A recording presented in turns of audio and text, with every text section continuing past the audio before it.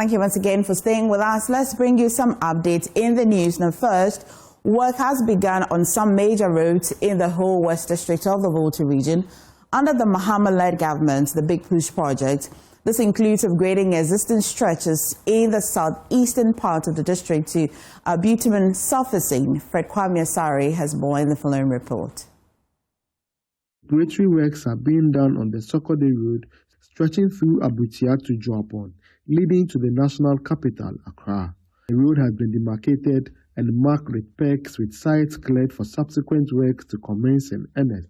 The project entails bitumen surfacing with drains at both sides and culverts at some designated locations along the stretch. Addressing a coronation ceremony in Abuja, the District Chief Executive of West, Prosper Francis Duse, announced that the roads linking West to North Town would also be given a facelift.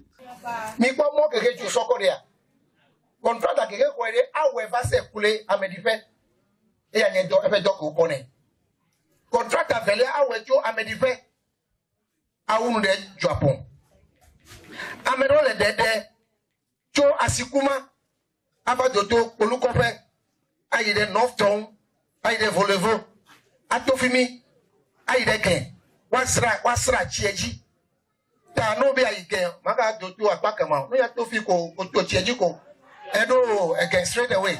The newly coronated Mankrado of Abuja, Togbe Ken Kosi the 8th, urged the traditional area to unite towards harnessing development.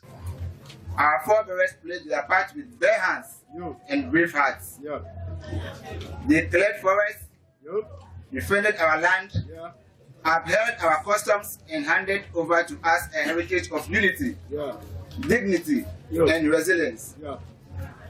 History will not forgive us if we merely inherit what they built and we fail to improve upon it. To our youth, I'll say, dream big, work hard, and never lose sight of the work.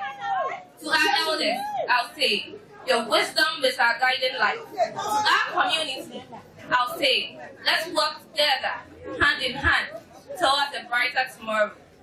The paramount chief of Abuja, Togbe Abutia Kojo, gave the feet and treated churches to embrace and support customary practices in communities where they operate.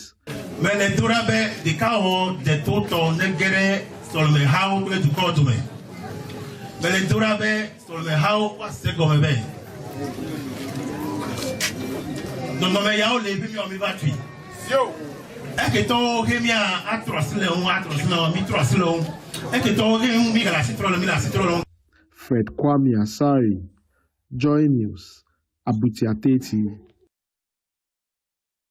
And in the Upper West region, while West Member of Parliament Superintendent retired Peter Lonchino-Tobu has earmarked road construction as one of its major priorities this year, supporting the operations of District Road Improvement Project, DRIP, to rehabilitate old roads and develop new roads in areas where there were no access to roads. Rafiq Salam accompanied the Wild West legislator to project site in our report from Jedu. The Wild West district is one of the largest districts in the Upper West region. It has about 280 communities, playing second fiddle to only the one municipality. The vast nature of the district, accompanied with its huge agricultural potential, made it arguably one of the bread baskets of the region. However, roads connecting to these farm enclaves are either few or non-existent. The ripple effect is the huge post-harvest losses experienced year in, year out. The bad nature of the roads in the district also has negative impact on the delivery of quality healthcare in the area. Teachers and other manpower needs required to aid in the development of the area often refuse persons due to poor roads in the area. Concerned about the plight of the people and buoyed by his commitment to increase the economic fortunes of the people, the Wild West Member of Parliament, Superintendent retired Peter Lonchino-Tobu, supported the Wild West District Assembly with 100,000 Ghana cedis for the rehabilitation of old roads and develop new ones in areas that have economic potential but hitherto have no access roads. I pump in this amount of money to ensure that we activate the DRIP project to ensure that many of the roads that we are targeting to open up in the district will be worked on. We are developing new roads, we are maintaining old roads, and we are ensuring that the whole road network in the West district is lifted to a standard so that access to farms, access to markets, access to hospitals will be something that is easy. If we are able to do that, I think progressively, within a year or two, when you come back to West, you will see that there is a sign of improved development because the importance of roads in development cannot be overemphasized. Saka Mazu is the West District Coordinator for the District Roads Improvement Program, DRIP, and he shed more light on the project. Vondee to Kantu, Zanko series stretch, Siro Kangba village stretch, Metel Grumu and Nyole Domanjili. And currently we are opening a new road from Kangba through Jedo to Jolerte. That's a shortcut. When you are from Kangba, you want to move to Poyentanga. There has not been road in this part of the district. Some of the outlanders communities that have huge potential but has no access roads in between them are Kangba, Jedo, and Poyentanga. As part of fulfilling his campaign promise, Superintendent retired Peter Lenchene Tubu decided to develop roads in the enclave to improve the economic well-being of the people.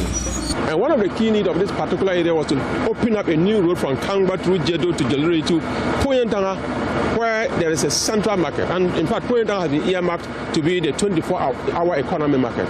And that is why we are gradually trying to work our way to ensure that before that market is activated, the network of people who will supply goods to that market, the roads are also so good so that the market can be viable. So this is a very strategic opportunity to open up this road, and we are doing the best that we can. I think that the group coordinator, a very passionate young man, Maozu, he's done so well. He's always with the operation team, and there are a lot of operators who are so experienced that we have hired to help us do this. And gradually, I think that all of us should support West, and let's make more money and open up more roads.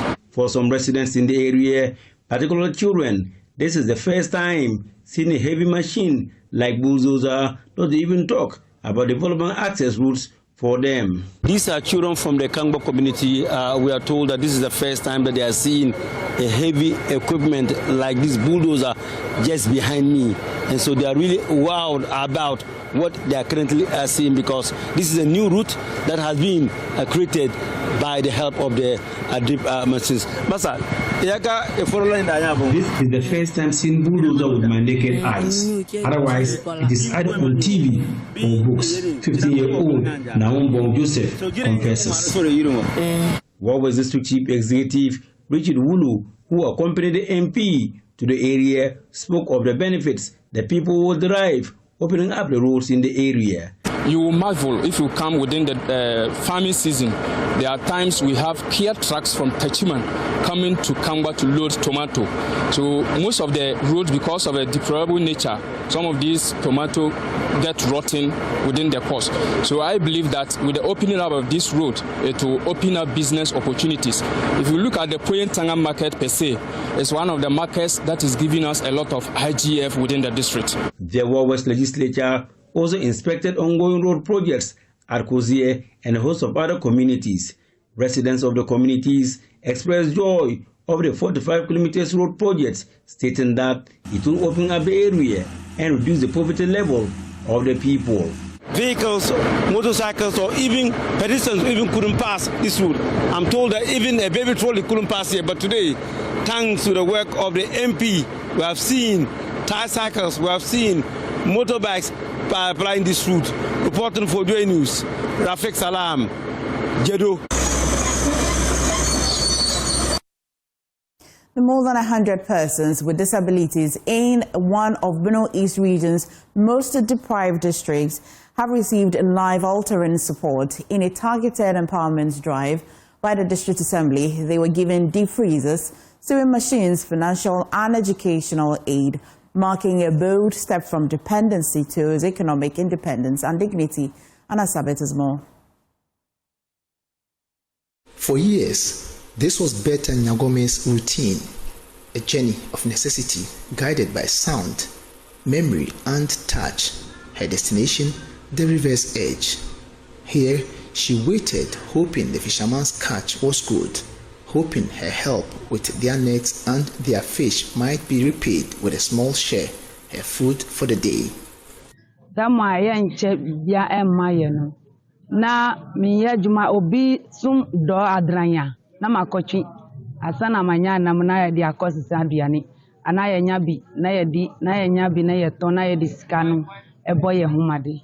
But on this day, Bertha's journey took a different turn, away from the uncertainty of the river and towards a new kind of promise.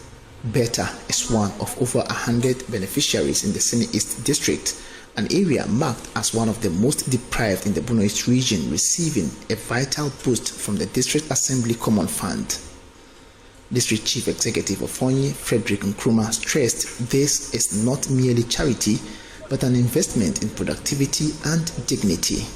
As I used to say, there are people with disability, but not people without ability.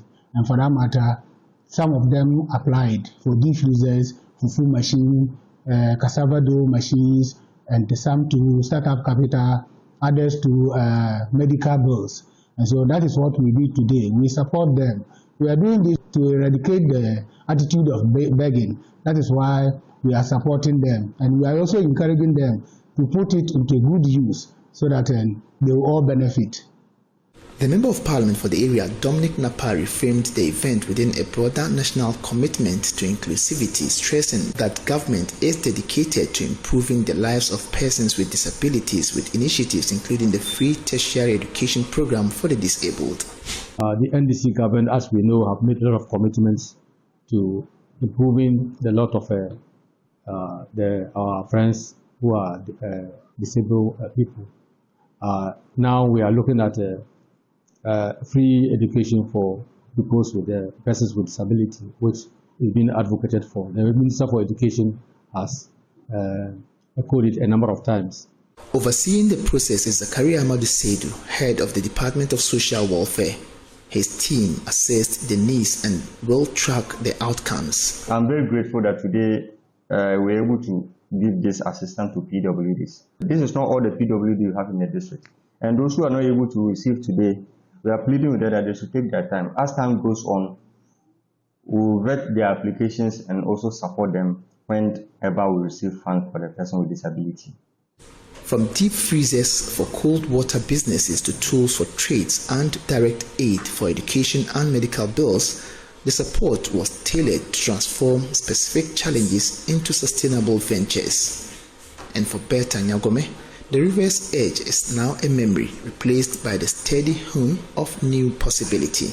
Fridge no betimi aboa mi na manya biadi betimi di ato nsuo ana you fresh way betimi di ato na wanya sika e di abrem na manya biadi. Some of the beneficiaries shared their excitements with Joy News. Tiyesu yasum eboboa ya sitinamu iye fridge no bia wakuta no ebegua restam esa se anya yebida ba we dey so nkokora mai. In Sene East, a story often defined by hardship is being rewritten, one act of targeted empowerment at a time. Reporting for Joy News, Anas Sabit, Kajeji. Well, the Underground Mining Alliance, a service provider to the Newmont Ahafo South Mine, has awarded scholarships to some 57 students and apprentices from its host communities in the Esutifi North District, reinforcing the efforts to build skills and educational opportunities. UMA's manager Peter Osembensa explains that the scholarship is part of ongoing corporate social responsibility efforts to build capacity and opportunity in mining communities. Ahafo correspondent Emmanuel Edijenfi has more. The program supports 10 tertiary students in science and engineering courses and 47 apprentices in vocational trades, helping to remove financial barriers to education and training. Such educational and skill support aligns with the United Nations Sustainable Goals, especially Goal 4 on quality education and Goal 8 on decent work and economic growth. Research on mining and community development highlights that investment in scholarships, training and educational infrastructure can contribute significantly to local capital development. preparing community members for diverse opportunities beyond mining itself.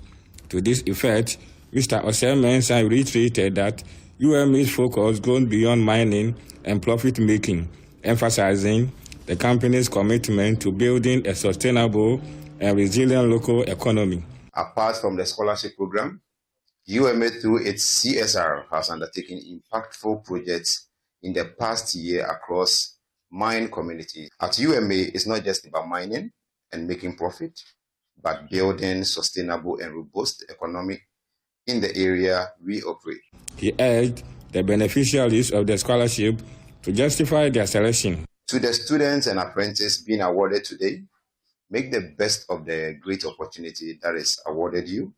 Learn harder and stay focused on your goals and eventually give back to your community. To all gathered here, let us not underestimate our ability in making positive impact wherever we are in the world and at large. Kurt Reyes, project manager for UMA Subika Underground, was optimistic the project will generate innovation and growth-driven residents for national development. The milestone will be that getting people within this community that's close to us, getting these guys here and then sharing that information and getting them there. They're going to help us do this mining. We've got a new mine opening soon, and these guys are going to go a long way. They'll be the managers or the engineers of this mine to help us do our underground side of things. UMA, we cannot operate without them, so it's a bonus to us, and hopefully it's a bonus to them. Beneficiaries Charles Opoku and Kofi Awisdom, representing recipients, thank UMA for the support, pledging to use their skills and education to give back to their communities. I would like to extend our deepest appreciation to the organizers of this noble initiative. We thank them very much for giving us the resources to help us alleviate the financial challenges that comes with, tertiary education in the jurisdiction. And this scholarship is going to reduce our financial burden in the cost of our education nowadays. And we promise to come and give back to our community with the acquired knowledge we have gotten from our institution. Emmanuel Edujamfi reports from Ntotroso in the Slifi North District for Joy News. And in business this morning, inflation rate is expected to decline further in the coming months to reach about 4% in April this year. This is what Joy Business has picked from persons working on the inflation numbers for the country. More in the following report. The latest inflation rate for the month of December 2025 stands at 5.4%. This follows a 12th consecutive decline from last year to this new level.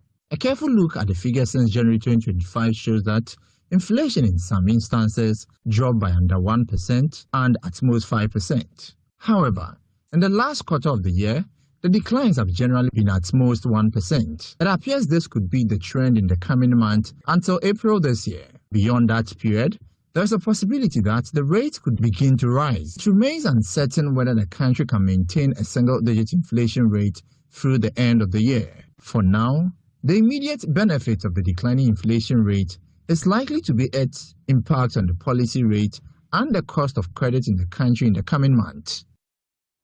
Also, total assets of the Social Security and National Insurance Trust increased by some 4 billion Ghana cedis from a little over 20 billion cedis in 2024 to about 25 billion cedis at the end of 2025. This was disclosed by Senate Director General Kwesi Afrabani at a ceremony to announce its 2026 indexation rate. The trust, which has been under scrutiny for what some analysts describe as ineffectual investment decisions in the past, says it is committed to renewed approach which will protect the funds of its contributors. Definitely, the indexation this year is better than last year. She has flagged the fact that comparatively it's better. She's also flagged the important issue of it's incremental. So what you got last year, there is actually an increment on what you got last year. 3, we would all agree that the economy has been better managed. Inflation is at 5.4. So clearly, when you are comparing an inflation regime of 5.4 to an inflation regime of 27, an increase like this is far better than what was experienced in terms of real purchasing power for our pensioners. Now, in terms of investments that we are doing, we have multiple investments. Of the 33 companies listed on the stock exchange, we have investments in 22. We have investments in energy, we have investments in hospitality. Where we sit today is part of our investment, and this investment has been paying dividends to us consistently over the years. The total assets under management in 2024, end year 2024, was a little about 20 billion. The total assets under management today is 25 billion. So we would keep investing, we will keep growing the fund, we will keep building a sustainable fund that ensures that the future of the Ghanaian worker is well protected. Mabio, for the news this morning, please stay for sports. Thank you so much for staying with us this morning. Time now to review the news. A lot of matters arising, but of course we're happy to bring you everything that's happening in front of the newspapers. This morning we're joined by Victoria Bright, she's lawyer and entrepreneur, and as well Dr. Kwabena Bonfa Jr. He is CEO of Census. You know him as Kabila, but as well he's a lecturer at the University of Professional Studies here in Accra. Deahanta Pili, how was your weekend? Good. It was brilliant. Perfect. A lot of work, but yeah, it's fine. That's what we live for, right? Exactly, you know. Okay, what's happening in front of the papers? Well, let's start with the Ghanaian publisher. And you know, this month is a month in which the MPP will decide who becomes their flag bearer. So campaign is heating up in the MPP. So a lot of the papers have stories on both Ken and Dr. Bami, and some of them too have on Dr. Brian Achampon. So from the front page of the publisher, Ken can lead MPP to victory. That's according to Dr. KK Sapon. You know him, right? Former CEO of GNPC there. He has thrown his support behind Kennedy Japan to lead the MPP ahead of the 2028, the January 31st presidential primaries of the MPP. He says that Kennedy possesses the qualities it needs to get the MPP victory in 2028. Details are on page 3 of the paper. In that same, on that same paper, MPP raised 118 former candidates endorsed Baumia, and that's talking about former parliamentary candidates. They had their news conference last week in which they said he's the well-marketed candidate to lead the MPP into 2028, and therefore they are supporting him to win the 31st January primaries. On the same paper, KGL backs review of NLA deal. Police grabbed 7 highway robbers. And when you look at their age, between, I think, 27 and 39, these 7 people have been grabbed by the police after an operation there. Let's do with the other papers now for you, and do with the graphic business. And the banner headline, MPA pilots 24-hour fuel station operations, set up committee to oversee implementation. So according to the story, they've set up a committee to look at the modalities of piloting the 24-hour economy at some fuel stations, because according to the MPA CEO, he believes that the petroleum downstream sector can play a major role in the 24-hour operations. And so he starts that committee to set up all the modalities needed to implement the piloting of this at some fuel stations. And they've gone ahead to contact the security services to improve security or to address security gaps at some the selected fueling stations. Details are on page 6 of the paper. BOG to set up subsidiary to manage idle fund. Oh, okay. All right. So let's see how that one goes. What Ghanaians consumed most last year? Well, so if you're a business person into consumables, maybe you have to check page 10 of the graphic business to give you a fair idea of what Ghanaians consumed most last year. Well, let's do other papers. I'm sure hair will be in there. Hair. Okay, no, consumables is different from, or are they all the same? I think consumables will be this. What we add, so hair won't be part. Yeah. So maybe you see rice there, oil, and they would, the favorite towels. Remember at a point in time, towels was one of the most, yes, was one of the most imported items to Ghana. Chucky. Yeah, I think it was last year or two. So what about 2024. So you check it out. What about Willie? Yeah, I think they're all there. Well, Daily Guide, Ghana Embassy confirms Ofori-Atta's U.S. detention. I saw this statement over the weekend. And 2024 MPP PCs endorsed Bawumia. Story is on page 6 there. My presidency will be about jobs. That's Ken speaking.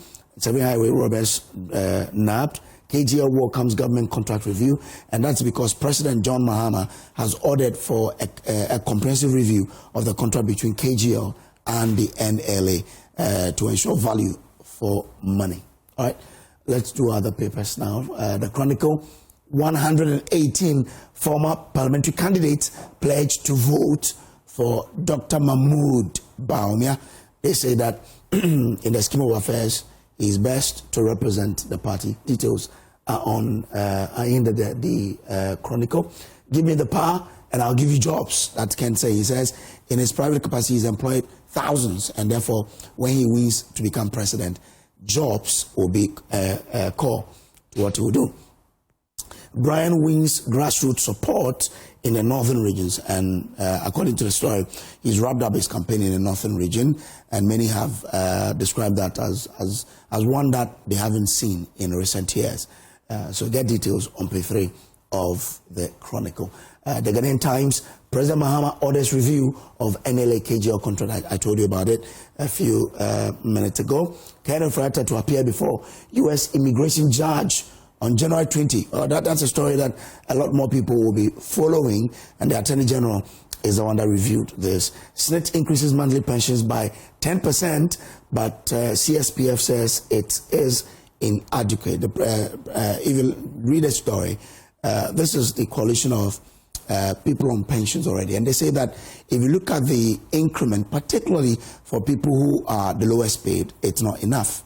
And they appreciate what SNIT is doing, but SNIT can do better, because according to the story, the lowest paid on the scheme will now receive 400 instead of 300 from last year.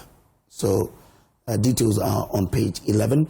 Deposit mobilization strategy strengthens NIB PLC's financial performance. That's it for the Ghanaian Times. Let's do other papers there. Okay, let's do the online and go on to Major Online. Mahama government clears $1.47 billion energy sector debt, restores World Bank guarantee. Okay, that's good news there. Get details on that. Mahama departs for World Economic Forum, and national security tends to public cleanup to curb prostitution in Tamale.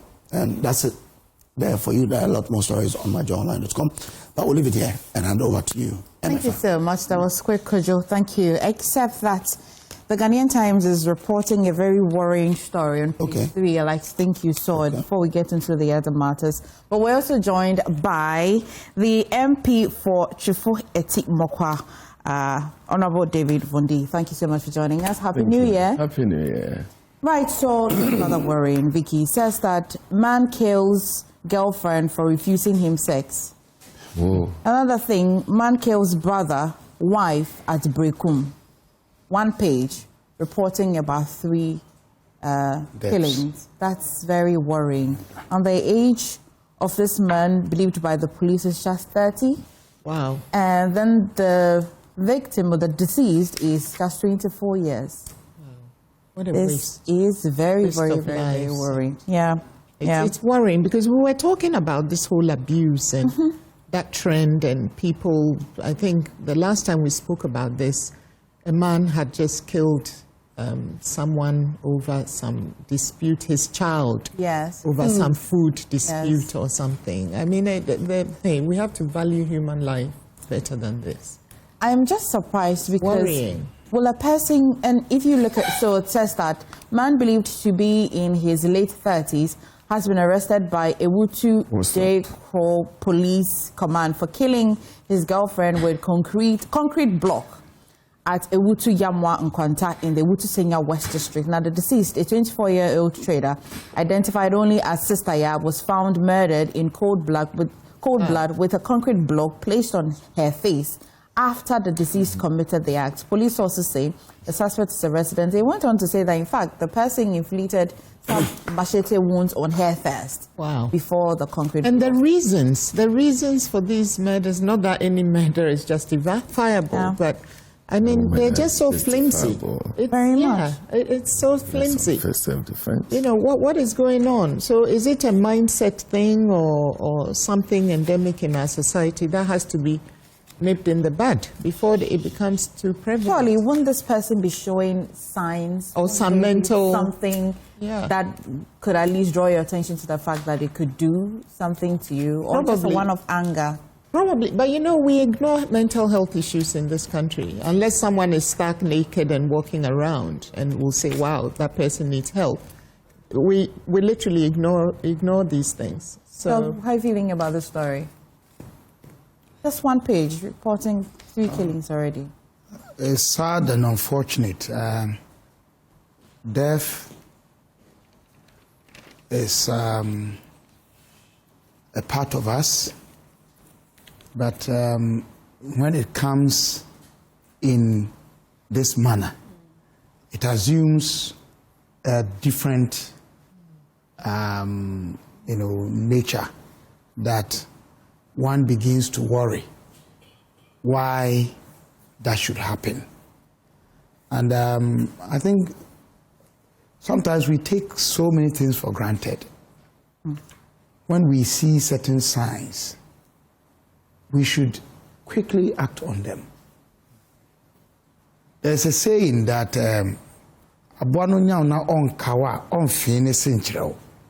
if the animal would not bite you, it will not even bear or show you the teeth. What it means is that to be forewarned is to be forearmed. Now, when we see tendencies, somebody in a play, child say, I'll kill you. I'll kill you. I will kill you. You hear people say that and you take it for granted. And then eventually, I don't think that this may have just happened all of a sudden. It may have been rehearsed over time. Yeah. And so it's a caution to all of us. It's sad.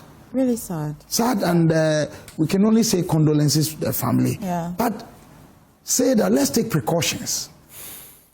Let's take precautions. You cannot be careful enough. But we need to be careful. We cannot be careful enough, but we need to be careful. I mean, it's sad, but good morning to our viewers. And Happy New Year. I think this year, this is the first time coming here. Yeah, and Happy New Year to your good self. Yeah. And my co-panelists. This is a very worrying story, okay? And the excuses and the reasons why these murders do happen are things that are so worrying. How would you kill a woman just because he refuses you sex? It's ridiculous. I mean, and that must be for a different reason, maybe mental issues. And but you cannot do that and say, okay, you have a justifiable reason why you murder anybody. There is no justifiable reason why somebody should be murdered, unless, of course, you are, protecting your life. There is somebody trying to kill you, and maybe you overpower the person. Other than that, there is no reason whatsoever, that you should murder anybody. And the reasons we're seeing, I think that our mental health, issues, education, and examinations would have to be looked at, because it's worrying. My condolences to the family, but that will not bring anything. We can say all the condolences, but you lost life, and these are sometimes breadwinners of very large families, and to be killed just like that. I think the police should be able to do their work, and sometimes the investigation should go beyond only the individuals that perpetrated the act, because there may be so many other reasons, so many people involved, right? So many reasons why people are murdered, and then they'll use one reason to say, okay, that's why it happened. But if you dig down the issues, you realize that sometimes there are many issues that okay. So for me, the investigation should sometimes go beyond the individual that perpetrated the act only, and so we can have a lasting, solution. Like my brother Kwabena said, Doc said, you have to be careful. But how much? How careful can you? I mean, my God, can you be? The person who says "I love you" finishes you with a concrete block. Not even the nicest way of killing a person. But anyway, for that reason. So maybe this is where I'll bring in the providential path. No, that we must seek prayer and seek the face and favor of God. There is a world war going on between the forces of evil and the forces of good. And it is by the sheer grace of God that sometimes we go and come back. And I want us to see that a lot of this evil that happen, of course, the law enforcement agencies must work and do, their work and make sure that people who perpetrate these acts are actually punished to serve as a deterrent, that when you are caught, you will not be spared. You don't have a right over a woman because she is your wife. You don't have a right over a man because he is your husband. It's a relationship. It must be bonded in respect. It must be contingent on valuing each other's life. But above all, let us seek the face of God. And in seeking the face of God, seeking to walk with God, we must learn the ways of God. Love, truth, justice, mercy, humility, and ensure that at the end of the day, you are doing what is right. Very well said, Doc. So over the weekend, guys, a big news broke. Often when you hear ICE, then you know that it is deportation, immigration and customs enforcement, particularly in America. You definitely will hear that, and it will be in relation to deportation. Then a much bigger would be our former finance minister up and down with ICE. Now, there was that controversy. Is it related to his extradition process? What could it be? The Attorney General put clarity to it when he sat with Samson Ladengenene on Newsfile and said that it's got nothing to do with that, except that his not expiration of his visa, because of course the visa was revoked, because then his visa would expire in February, and that we're working with the fact that that visa was revoked based on the fact that his office, the Attorney General's office, has been working closely with the Americans as well. This is where we are with that. But Doc, I'll just start with you on that. The whole conversation around Ken Ofori-Atta and where we are with it.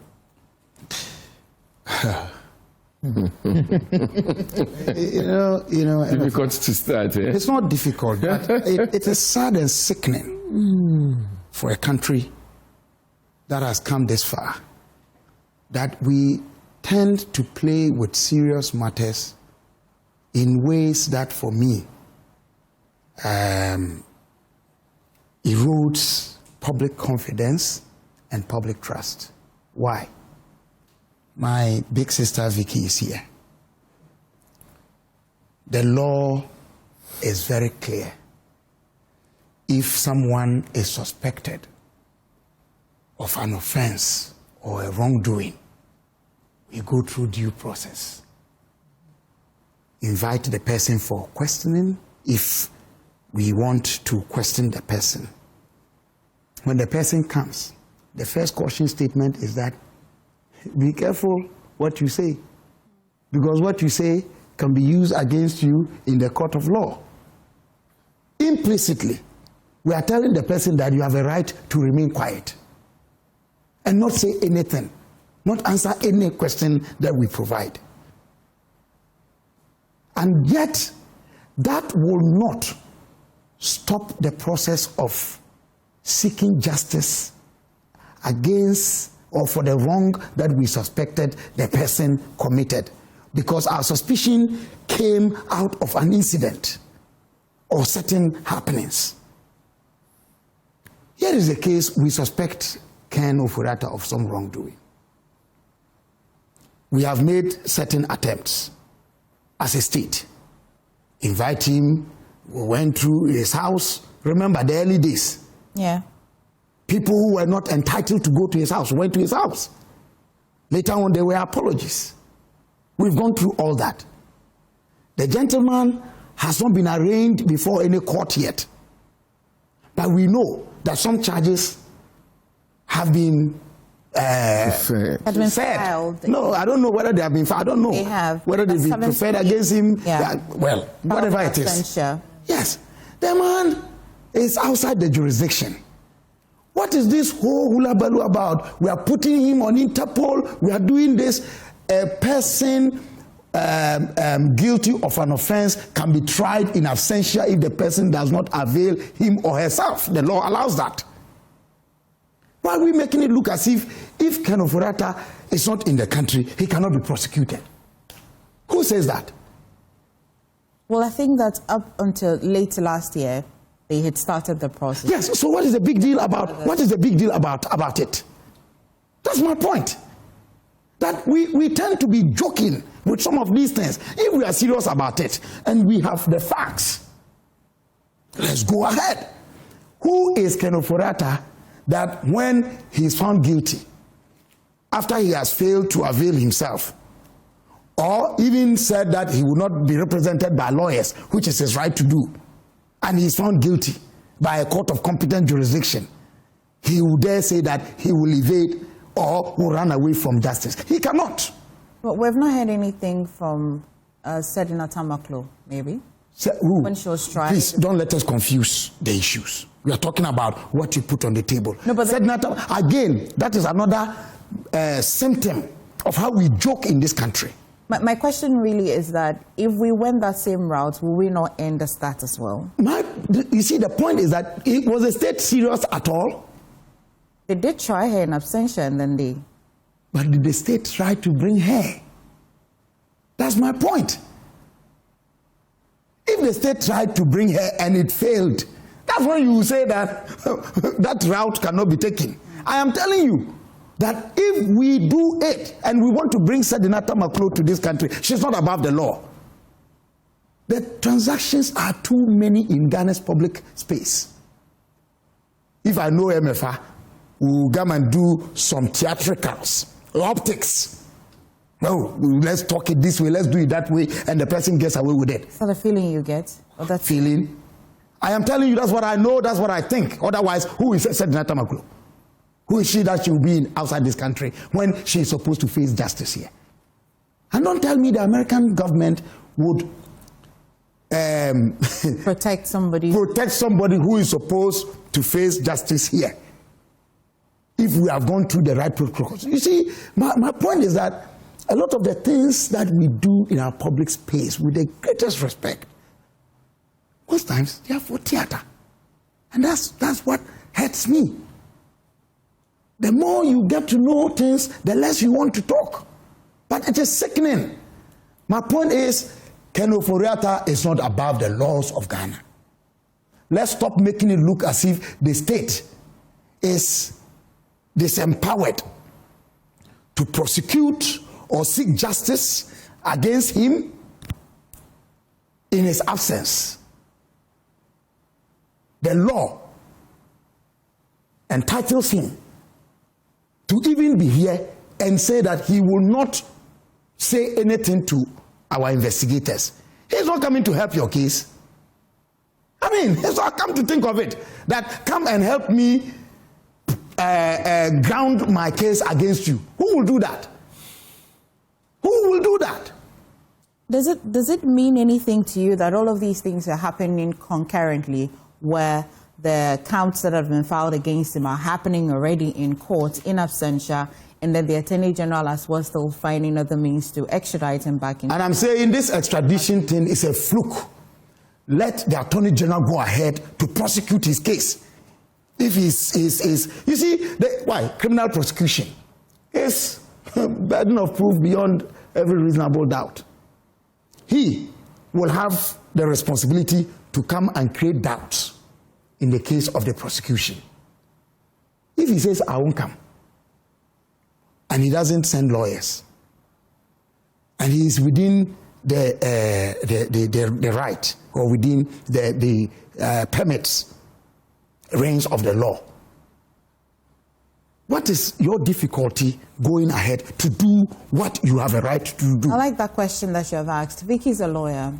In your years of practice, what kind of difficulty can a lawyer face in situations like this? Why are we where we are? Yeah, I think why are we where we are? I don't know what's going on in the mind. But please, let me just say this. You see, it doesn't look good for Ken Ofori-Atta's own public image that all this is going on.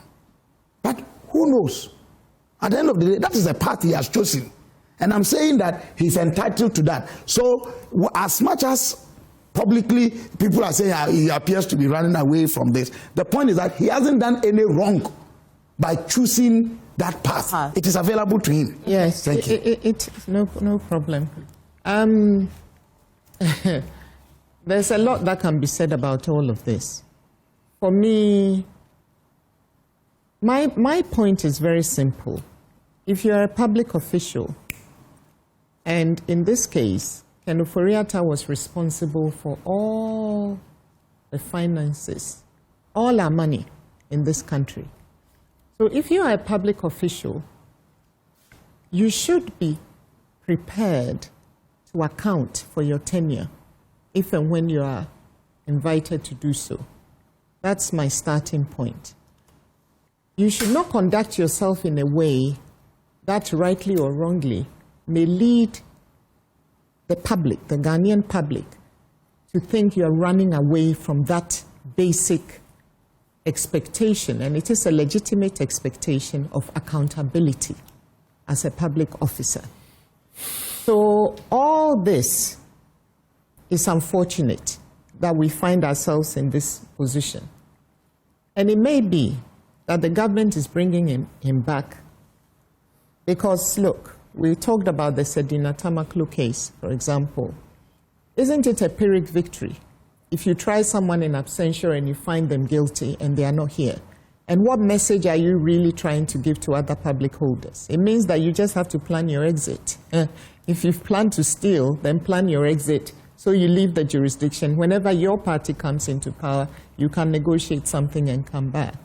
And I don't think that's a message that we want to send to our public office holders.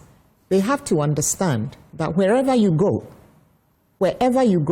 that's basic responsibility on your part to account to the Ghanaian people will be enforced. Government will do everything in its power to enforce that responsibility. Ken left because, according to him, he was seeking medical attention. And I think the OSP allowed him to go and seek that medical attention. I believe that there was a first date that was given, and then they came back and said they needed more time. And I believe that time was extended. And during that whole period, he was left alone.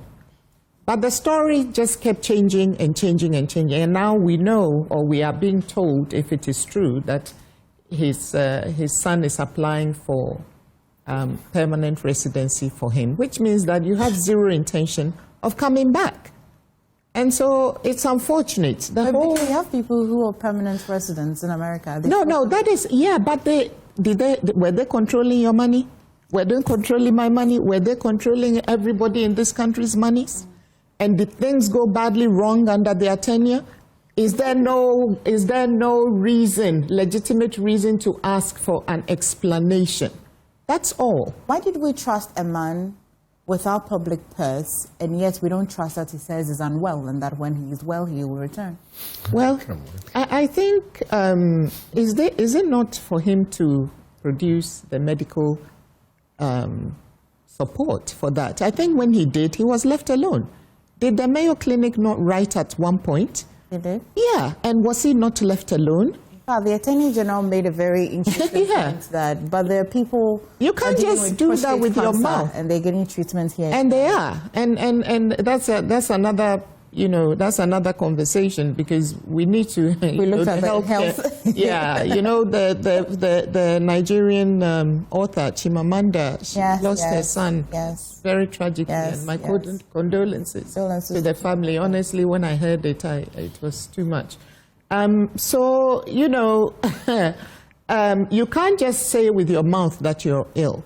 If you are unwell, your doctors will, even if you are, even fit notes for just regular work, 9 to 5 in your office. If you are not well, you can produce a fit note or from your doctor to give to whoever is in HR in Joy.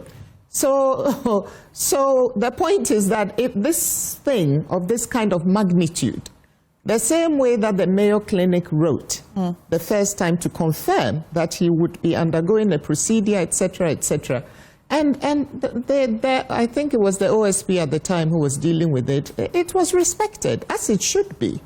Because as for health, you can't joke with health. It's all that we all have.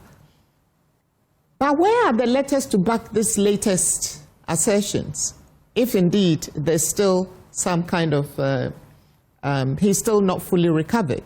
Now, what happens to the laws that allows the Attorney General or other investigative bodies to still go on with their work? What happens to that then? No, they can go on with their work. I don't know what, I cannot speak for the Attorney General. I cannot speak for the OSP. I cannot speak for any of these law enforcement bodies. But what I can say is that I see nothing wrong in the Attorney General bringing Ken back to account to all of us. I really don't see anything wrong with it. I have held public office before. There's nothing wrong. I mean, you should be willing to account.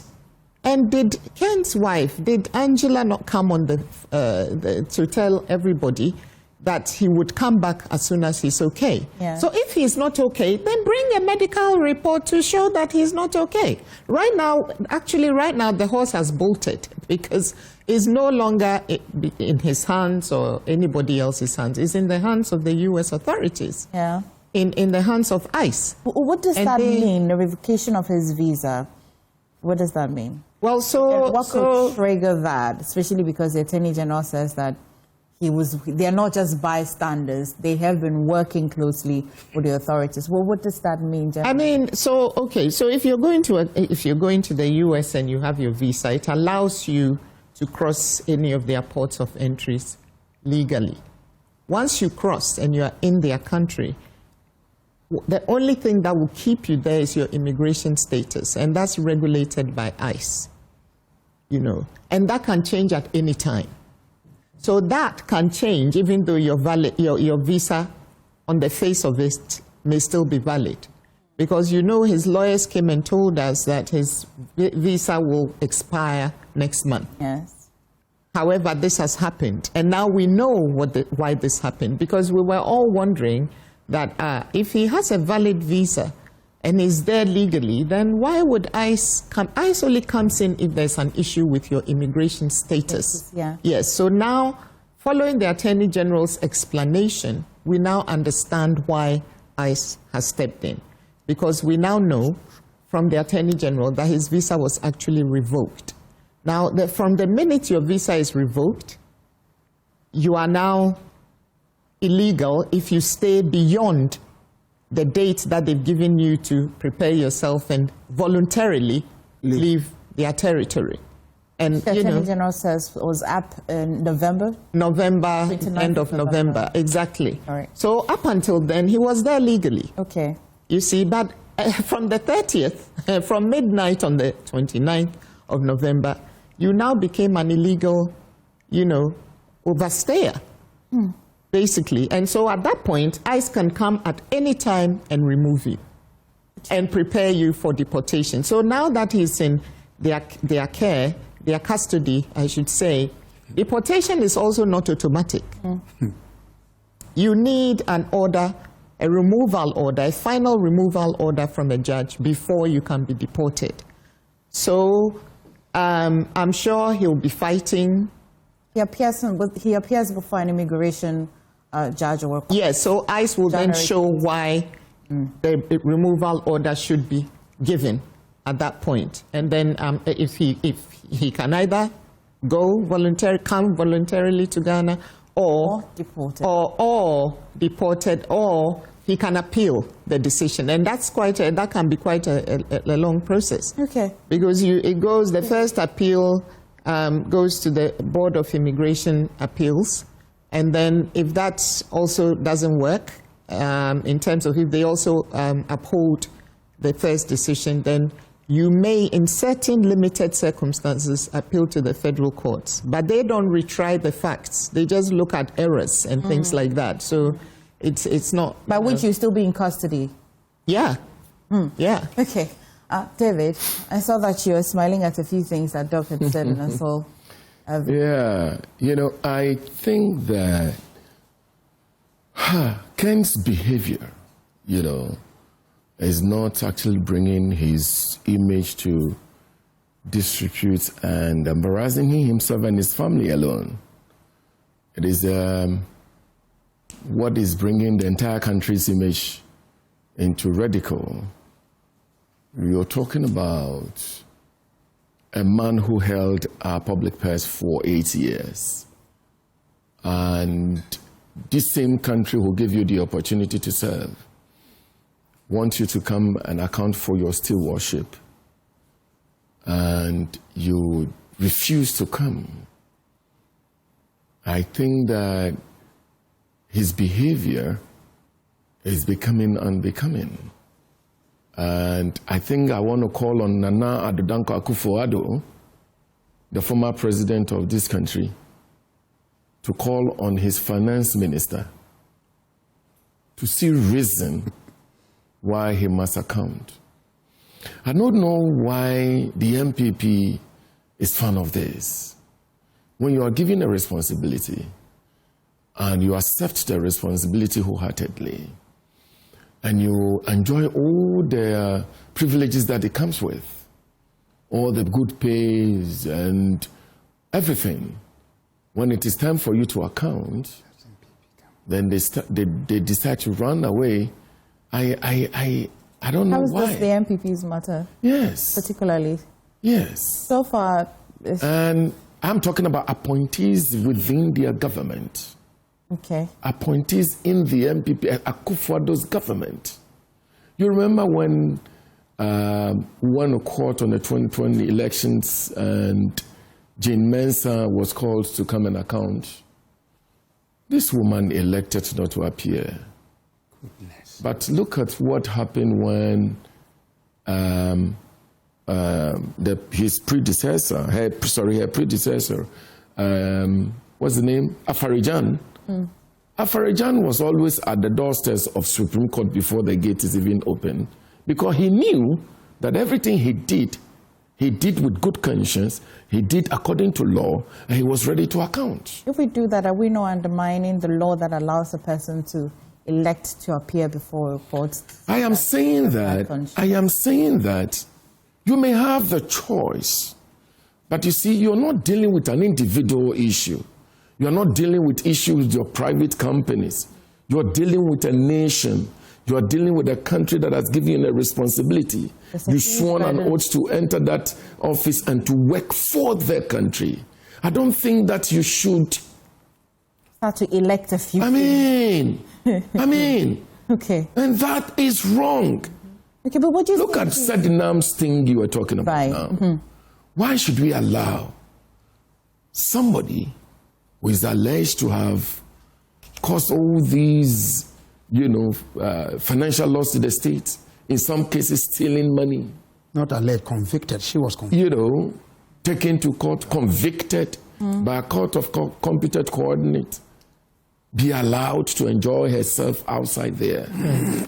What are you telling those that are having positions now? Again, like lawyer said, what you are telling them is that all you need to do is to prepare a place for your abode outside the jurisdictions, the coordinate of this country. Once you finish stealing, you just go and have yourself enjoy it out there. Is that the kind of country we want to build? Can Ken Ofori-Atta himself even elect to come to this country, to even organize press conference and explain issues that are leveled against him? That is a hallmark of an individual who serves his country with a conscience that is not doubted. No doubt, but he's unwell. Again, who says he's unwell? He's a medical. So as we speak now, you are a very nice journalist. I've always watched you, Count 3 journalists in this country, one of the very finest journalists. Have you seen any medical report from any hospital that's explained to you that Ken Ofori-Atta is suffering from a particular illness, that he cannot come to Ghana to explain to the Ghanaians about the work he did for Ghana, holding the whole purse of the country for 8 years? Have you seen anything like that? Well, let's not be doing this. You see, Bible says that, you know, you have rights to everything, but you don't allow anything to suppress you. Okay? Let's not be doing this to our country.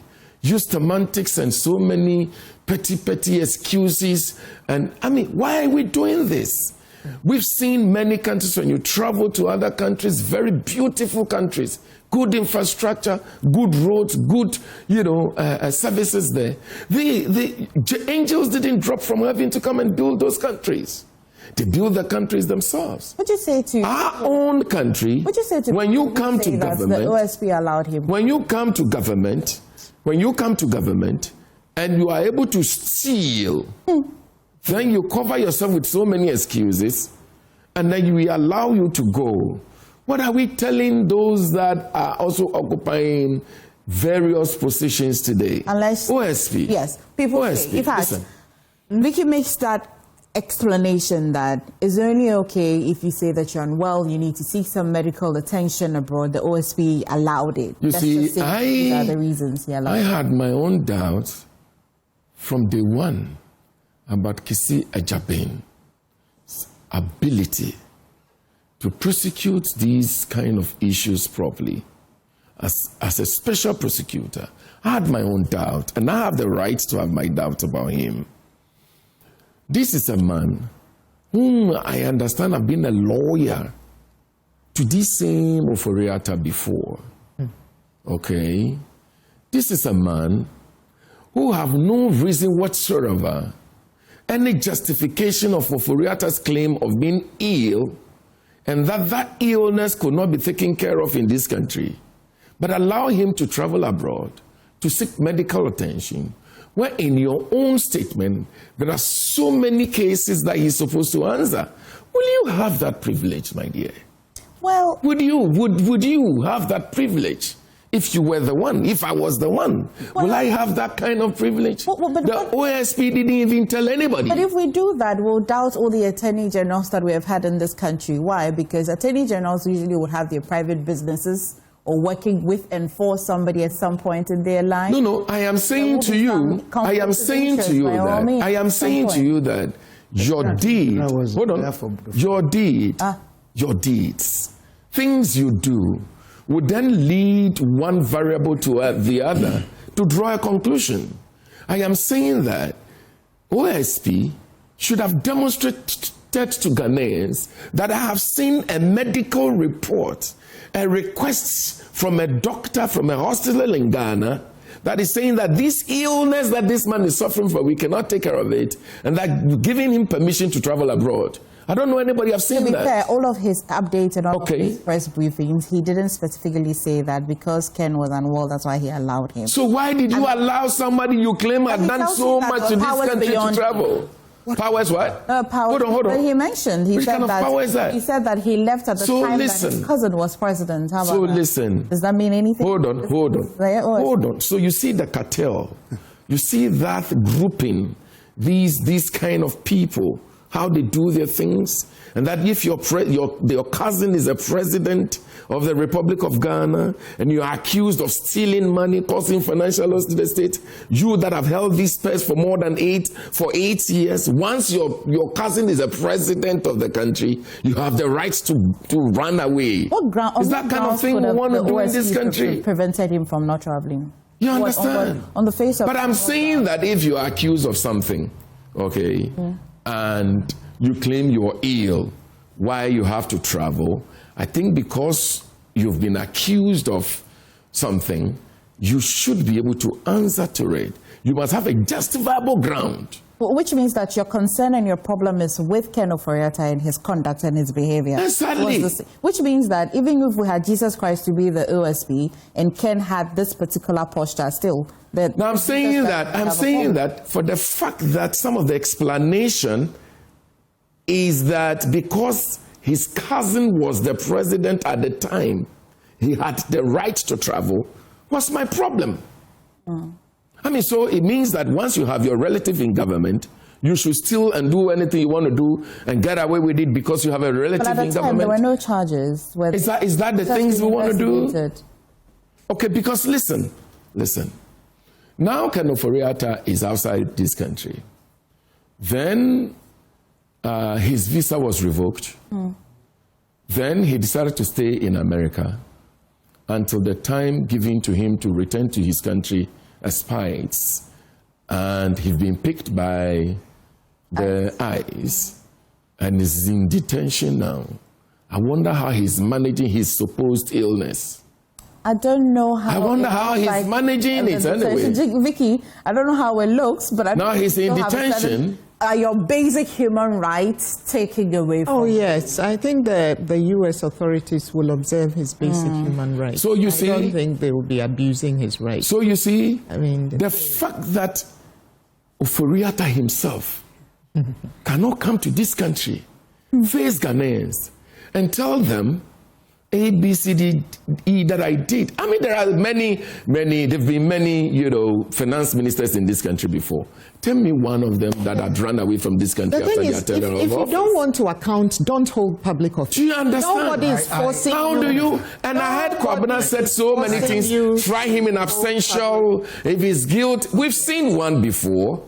Try him in absentia if he's guilty. I mean, we are talking about, is it Sedinam that we're talking about now? So try him in absentia if he's guilty, as if he handled his private property, private company, private situation, and decided not to. And you're talking about somebody who had handled the purse of this country for 8 years. No, it's not like an individual issue. What do you want to say? Why do we glorify things like this? Nobody forces anyone to hold public Absolutely. Office. If you are offered a public position and you opt to accept it, be prepared to account for your stewardship, period. Okay. Doc, this is disgracing all Ghanaians in the whole world. It's disgracing all of us. My brother, who is a member of Parliament, would be very careful or would be minded of some of the words that he uses. Okay. Steve. When you use words and make them definite. It doesn't lie in your mouth. You can suspect. Even the Attorney General, when he's going to court, he uses the word alleged. It's an allegation. You're sitting here. You're already passing guilt. But let's face it. Here is Sedinata Maklo, who is a convict. And here is Ofori-Atta, who is a suspect. We are more concerned about a suspect who is yet to be taken through the protocols and be convicted, or not be convicted. Those are the two possibilities. We are more concerned with that one than one that is concluded. But here is the point. When it comes to accountability, my dear sister, accountability does not begin when you have ended your tenure. No. Our constitution is clear and unambiguous about it. It starts from the minute you occupy the position. Thank you. Yeah. So to make it look like it is only when one has left office that they will account for their office or their term or their tenure is erroneous. No. Differently. It's a continuum. Yes, so the accountability issue, let's not make it look as if Ofori-Atta was Minister for Finance and for almost 8 years, I think it was about 7 years, he was not accountable. Oh, how? Is that the case? How? No, he was accountable to what? Oh, please. He was not accountable to anything. The responsibility and doing what you're supposed to do. You are just justifying that because the cousin was president, he had the right to travel and decided not to account. You see, that guy would have accounted to Ghanaians while he was in office. You are a member of parliament. Come on. You are a member of parliament. I will beg you that we use language that is decorous. No, but that is the truth. I'm coming. Somebody I am sitting. You don't want us to say I am sitting. You are certain that. My brother. No, please. I don't. You don't want us to I don't. say it? I don't. I don't. Accused. He didn't. See, accused of so many wrongdoings. Please. You don't want us to say that? Oh. What and that he should not come and account for his still worship. He has a challenge. This is simple. Stealing, but he has just qualified it. It is an allegation. I agree with you. Come and justify the reason why you did not steal. You make conversing with you on. It's easy. You make it difficult. Okay. You have your point. This is what I'm saying. Please. I don't see why, as a country, we should burden ourselves with this. This conversation is needless. Really? I'll tell you why. The man is suspected of wrongdoing. We have started the process of proving that wrongdoing. The state says that we need that person to come and help us prove his complicity or his involvement in that wrongdoing. Yes. In order to give him a fair hearing. The man is behaving, and it is clear that he doesn't want to go through the process of the state offering him that chance. But the lawmakers, the framers of the law, anticipated scenarios like this and created an answer for it. That when an accused person, a person suspected of wrongdoing, is proving difficult to cooperate with the state agencies to offer him justice or fair hearing, the state is not stopped. The state is not encumbered from going ahead. But the state can please, let me make my point. Okay. So for somebody who is proving difficult for the state, there are avenues. Unless we say that there are no such avenues. And I'm saying that given the practical experience we have had, rather than sitting here and lamenting that the man is running away from accountability, the man thinks his brother or his cousin was a president, whoever, the law is no respecter of person. Even the president, within a certain period upon exit, I think is within 3 years or so, he can be prosecuted for things that he did. Okay. When that period expires, that is when we cannot, or he's immune from prosecution. So I'm saying that let the state, so convinced of any wrongdoing, build our case and do the needful. And I'm saying that it will spare all of us. Yes. So if the state is doing that, I'm saying it is negative to he can. To get him. It is a negative indictment on or an indictment on he can that look. But the two things are not mutually exclusive. They are doing that, but they are also trying to bring him back. I am not saying don't bring him back. I'm saying that so you can bring him back without the noise. So what are you saying? What is the noise about? What am I saying? What I'm saying is that you are going through protocols to bring him back. Whilst you are making those attempts, the issue which is the reason for which you want to bring him back is for him to face justice. And that justice is about answering to offenses you allege he has committed. Go ahead with that path. But they are going ahead with it. Where is it? At the same time, where is it? Where they are going ahead with it? Where? Where? Yeah, I'm trying Before which court? Before which court? Has he been formally? No, which court? Which court has he appeared? Was he? Look for it. Yeah, the people that I know some of the other people together with. Yes. It's not just him. Yeah, so what I'm saying is that let us go ahead. I think that it doesn't have to be one or the other. Honestly. Well, my sister, the point is that I think differently. I'm saying that the trial can go on even in his absence.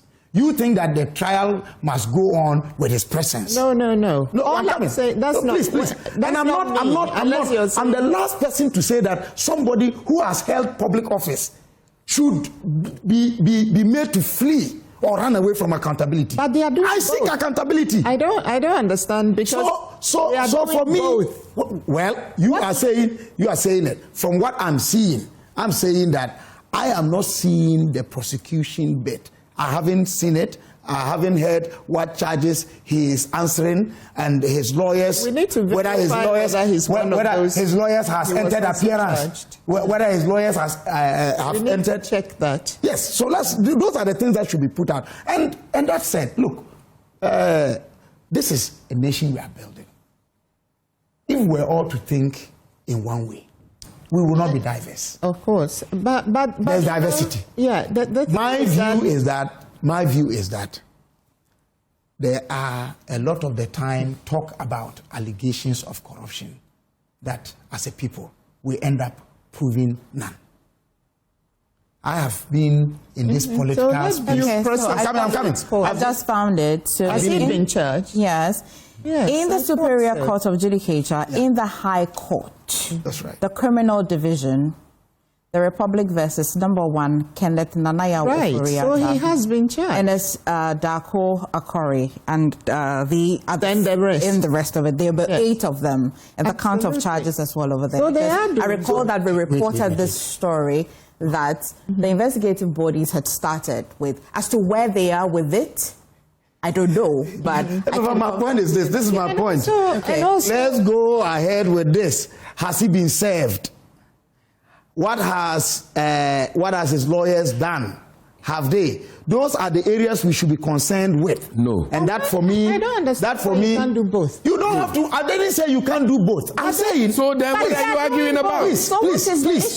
I'm saying there is this noise about Ken Ofori-Atta must be in Ghana to account. If you are in court, you are in court right now, is he not going to account? So can we separate the no. I'm not even. Wait. My concern here. Let me. So what is the court case? Let me just reroute. Listen. What I'm saying is that can we separate the two of people in the public domain saying that he must come to account physically, and what the investigative bodies are actually doing. So the point is that is what we should focus on. So the point is this: Ken Ofori-Atta did not hold his private company, run his private company, and been found to have perpetrated any wrongdoing, allegedly, and that he's been looked for to come and answer because that so does much not concern us. That is his own business. His private, we're talking about an individual who've been given the power, the responsibility to hold you and I, our pets, for 8 good years. You can't be rating such a person to the person that maybe might have run his own private thing and say, hey, try me in absentia. If I'm guilty, that's your business. That's not what it is. And again, there are 2 things we're looking at. We are calling somebody who held our purse to come and account. Hold on, to come and account. How is it to come and account?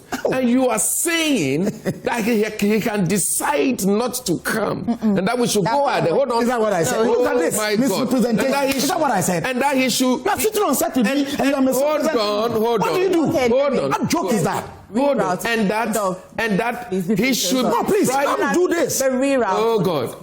What you are suggesting is that Ofori-Atta has the right. I'm here. Hold on. Yeah, of course, I'm not misrepresenting you. What you said was that Ofori-Atta have the right to decide not to come. Is that what I said? Tried in Is that what I said? You say you have that right. I am saying to you that this is not a person whom we're dealing with as an individual office holder. We're talking about a whole public office holder. And rights are aggregated. It's different. Rights are aggregated. Must come and account. Some have some rights, some don't have some rights. But if you read your constitution if you say that Ofori-Atta, yes, what is that? We are already in court. Even a convicted member has rights. We are in court also, and that is what we learned from. And that is why we don't want to continue to say we are trying the abstention alone. We've learned from Sedinam's issue. And so once we've learned from that, we must do the right thing. This is a person who held our purse for 8 years, and then he's been alleged to have perpetrated some wrongdoing, stealing allegedly, and so he should come and account. And you are saying that he can decide to come or not, and that is his right. The way I see not all the rights are available to public holders. No. Apparently. The way I see it is that you can't do that. The way I see it is that government has decided to take a 2-pronged approach. Right. And there is absolutely nothing wrong with that approach. They are going ahead in Ghana with the case. At the same time, they are exploring the other avenues to bring Ken Ofori-Atta back to his country. Okay. That's all. Doc, I recall when we started the conversation, you were of the point that some of these things can amount to theatrics. That's what we're doing. Look at the amount of time we spent talking about this. Needless. You think it's needless? No. The point has been made. You can't say it's the point has been made. Look at the things you've said. You want me to go through them one by one? No, of course. You jump from an individual case and stretch it to affect the entire party? Yes. It is in the party. And that has been the character of the past administration. You went to talk to Ofori-Atta. The EC is representing a party. Listen, I am saying to you, what is this? That the character of the MPP Nana led administration Ofori-Atta was NDC. It's becoming unbecoming when you finish your tenure of office and we ask you to account. So what was the business of Dr. And you Ofori-Atta? decide not to account. And I've given example that Ofori-Atta accounted for the people. It doesn't matter what party you are. But you were talking was appointed by Akufo-Addo and he decided not to account to the people. Ofori-Atta appointed by Akufo-Addo decided not to account to the people. And you are saying because his uncle, his cousin was president, and that he should not come to this country. Why are you doing this? Using third languages. I don't think all of him meant you. How can we do this? David. I mean, Kwabena, you know too much. David, it's okay. This is not fair to the Ghanaians. So it's not fair. Doc, my concern is that if we wake up in and what are you telling the young ones that are growing? What are you telling them? Issues, I think it's the same as important as inflation rate as well. What This is is why we invite. It's very important to discuss. But everybody enters public office. All he does is to go and steal and get away with it. Are you stealing? You're in politics. Are you stealing? Everybody wants to go and steal and get away with it. Come and account. You say I won't come. Are you stealing? Come and account. You say I won't come. And then you are sitting. Are you stealing? Defending that behavior. You defending. Jesus Shame on you for using that. You are defending that behavior. You listen to that Ofori-Atta should not come and account. I said that. Oh. Should I go for a break? It is your show, my dear. Should I go for a break? It is your show. Because it is your show. I'm disappointed this time. I mean, disappointed. I want to just find out from all of us should be calling Ofori-Atta to come to this country. All of us, including your good self. All of us. It's just Vicky and I that are quiet. And that's not how I planned the new year. New year will go well, my dear. Okay. I'm saying that I'm just curious about how Doug arrived at the conclusion that some of these things are just theatrics. Maybe he has privileged information.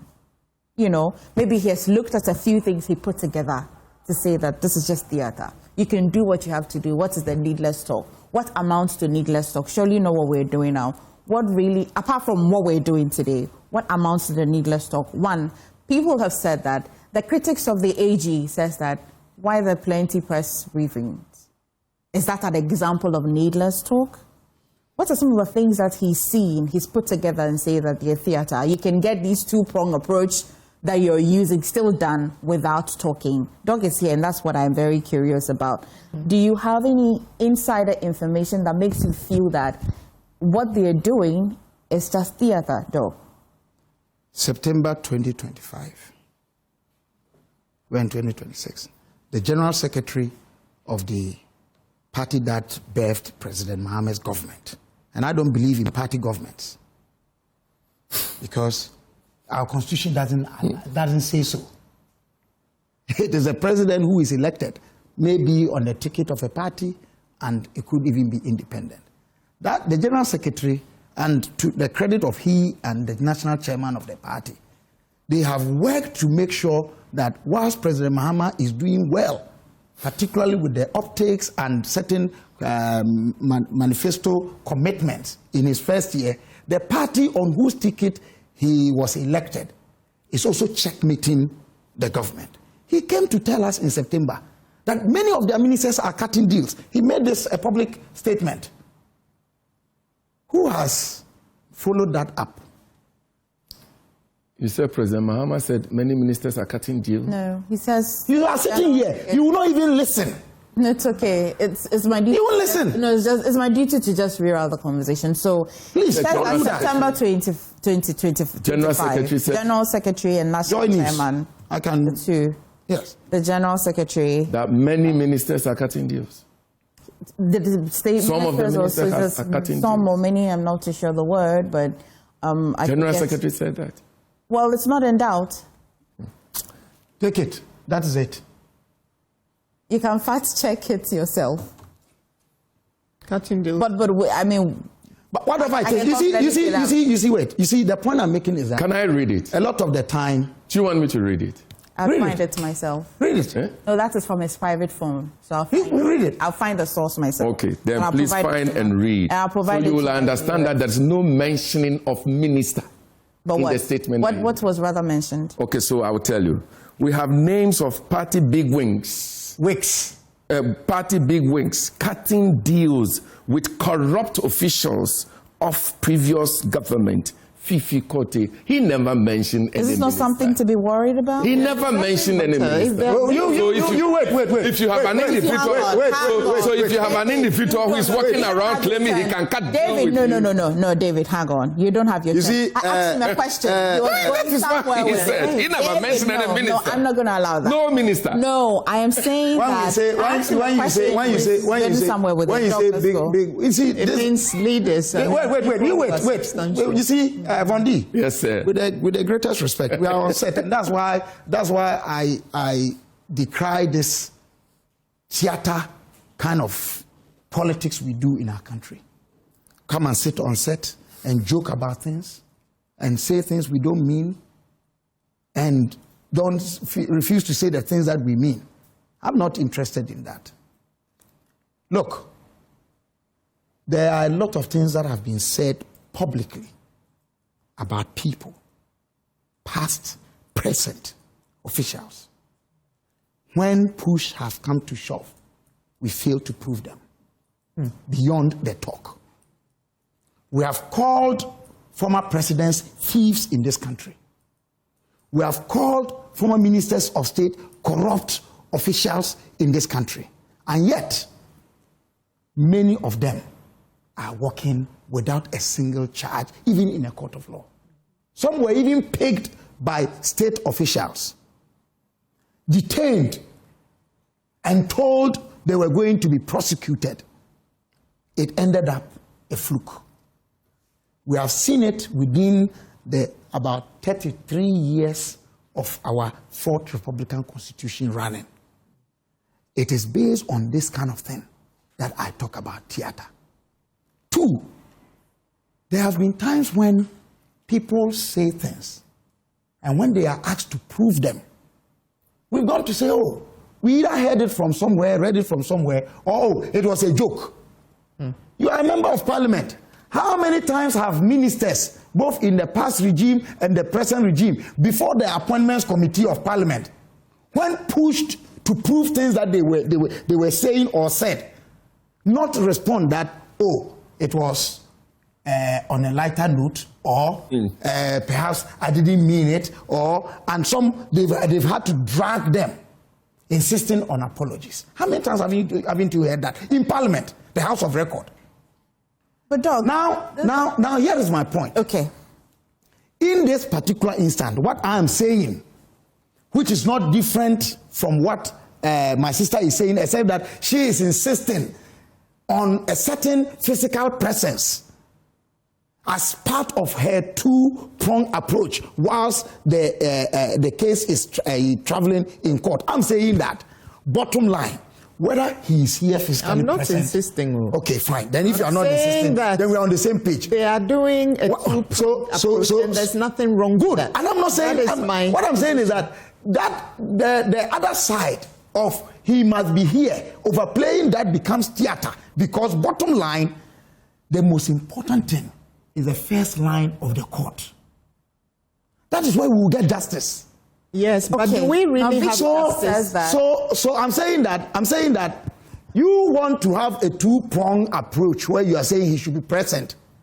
I'm saying the insistence on his presence or non-insistence of his presence will all bottle down to the fact that the prosecution takes place. So both David and Vicky here say that what is justice if from what we have seen people were convicted and yet they were not here to face the punishment for it? You see, MFA, I'm sitting here. I don't see what is difficult in you saying people, statistics matter. How many people have been prosecuted and sentenced and are not available to face it? We can only talk about that of my sister said in Atamaklu. Is there any other? Must we wait till they attend? No. Oh, you are not listening. That is one. And I'm saying that even Sedine's case, we have allowed it because she is too small as a citizen of this country to flee justice. Please hold on for me just right there. I'm under the impression that extradition processes are quite cumbersome. They're very regardless. cumbersome. It involves the law kind of makes it, you rather not have the person extradited. The U.S. Secretary, State Department. It involves the U.S. federal courts. It's a very long and cumbersome process. What kind of laws protect these people that are sovereign than a No, you have to follow due process. And that due for process, extradition. what is it? And the courts over there have to satisfy themselves of the case that you've presented to them. So they examine it meticulously because they are allowing someone to be removed forcibly from their territory to be handed over to you. So that's a complete, whereas the ICE procedure is purely administrative. I understand. So it doesn't even matter if a person has been convicted here. We've got finality to their matter. It's not enough that the country provides They will always examine it. They will always examine it. You know, can I finish? They will always. See? Okay, it's just I needed that clarity on because he is on the leg that these people who are involved are smaller than the country, Ghana.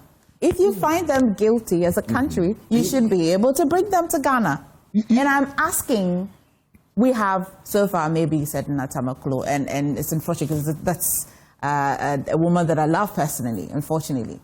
But we're saying that we're not able to bring her here. Is that what we said? He is saying I'm saying we haven't made the effort. We haven't. No, I think that... I don't think so. I will tell you. Okay. If we have made the effort, prove that effort to me. I can only take what the Attorney General says. And how is that public to us? What did the Attorney General say? You see, the extradition process itself, taking someone through extradition, I think is itself punishing enough. That it is out there that you are being extradited. If you are a human being with conscience, and you allow yourself to be taken through that process, that's another matter. But back to this Ofori-Atta matter. Is it true or false that he wrote to the chief of staff before leaving? I mean, these I can only take what we have been told in the press. Yes. It is a point reported that he wrote. That's what I'm saying. That behind the scenes, things have happened that allowed the man to leave this country. Okay. He is out there. And I'm saying, you have been asking him to come back. He says, I will come, and he's never coming. One excuse upon the other. I am saying that when you are faced with such a situation, the framers of the law and the law makes room to deal with such situations. So rather than dwell on that attempt to bring him back, which is proving difficult, proceed. Because bottom line, if you succeed in bringing him back, it is this thing you are going to do. And now I'm saying, I'm told that I'm defending him. What have I said in defense of Ofori-Atta here? Vondee, what have I said in defense of Ofori-Atta? That he has done nothing wrong? Well, have I said that? Do you hear, Dog? Because don't listen to me. Currently, it's difficult to extradite him. If you convict him and you find him guilty, it's going to be difficult to extradite him. It's actually harder to extradite someone if they've been found guilty in absentia than it is to get them to come to actually stand trial. Okay. Because the U.S. will always go meticulously through due process. And in that situation, they would argue, or Ken's lawyers would argue the whole political motivation, blah, blah, blah, all that kind of thing, that he was denied natural justice, he wasn't present, etc., etc. The extradition process is process-driven. It's not verdict-driven. So the fact that you come up with a verdict here saying he's guilty doesn't then mean that, oh, automatically because he's been through, allegedly been through a trial or whatever, and you just take the guilty verdict there, they'll send. No, it doesn't. It's actually harder. So it's harder. So my point is that, you see, this is where I have a problem. So the Attorney General will even when Ken is here, you know why the joke thing I'm talking about. Even when Ken comes or he's here, Ken is not guilty.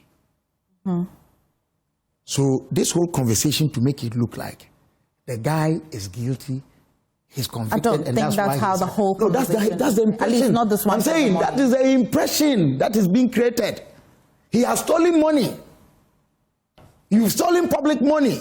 Come and hold account for it. You don't want to account for it. That impression is bad enough for our public space. I'm saying that he is presumed to be innocent until proven guilty. So that he should prove it. Hold on. That's all. Ken is making his own case difficult, in my view. If I were him, I will not. But I'm not him.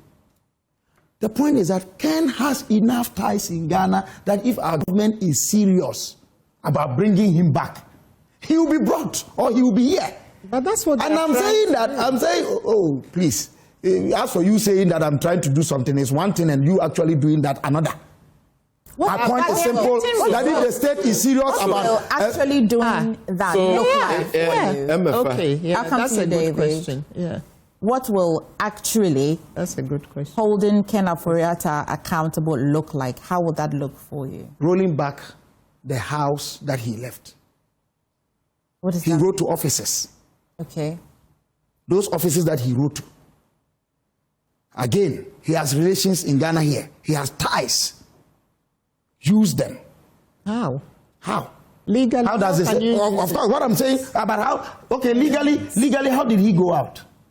Well, because at the time he just went out. I mean, his cousin was president. He wrote the necessary letters and he left. That's it. That's how he went out with a visa. Please. He left. When did Ken Ofori-Atta leave Ghana? Was it under President Mahama's presidency or it was under President Akufo-Addo? No, I think at the time he was very Mahama was president. No, he was president, but had been sworn in. Please, no, please check the dates again. President Mahama was president. There was a chief of staff in place. It wasn't under President I can only work with what the OSP says. So this thing about his cousin is the reason. I think Emma's first question is a good one. I am also interested in the response to that. How you're saying? I am. If the state is having difficulty, they should consult me at a fee, and I will advise them on how, and not on set. I've already offered enough advice publicly.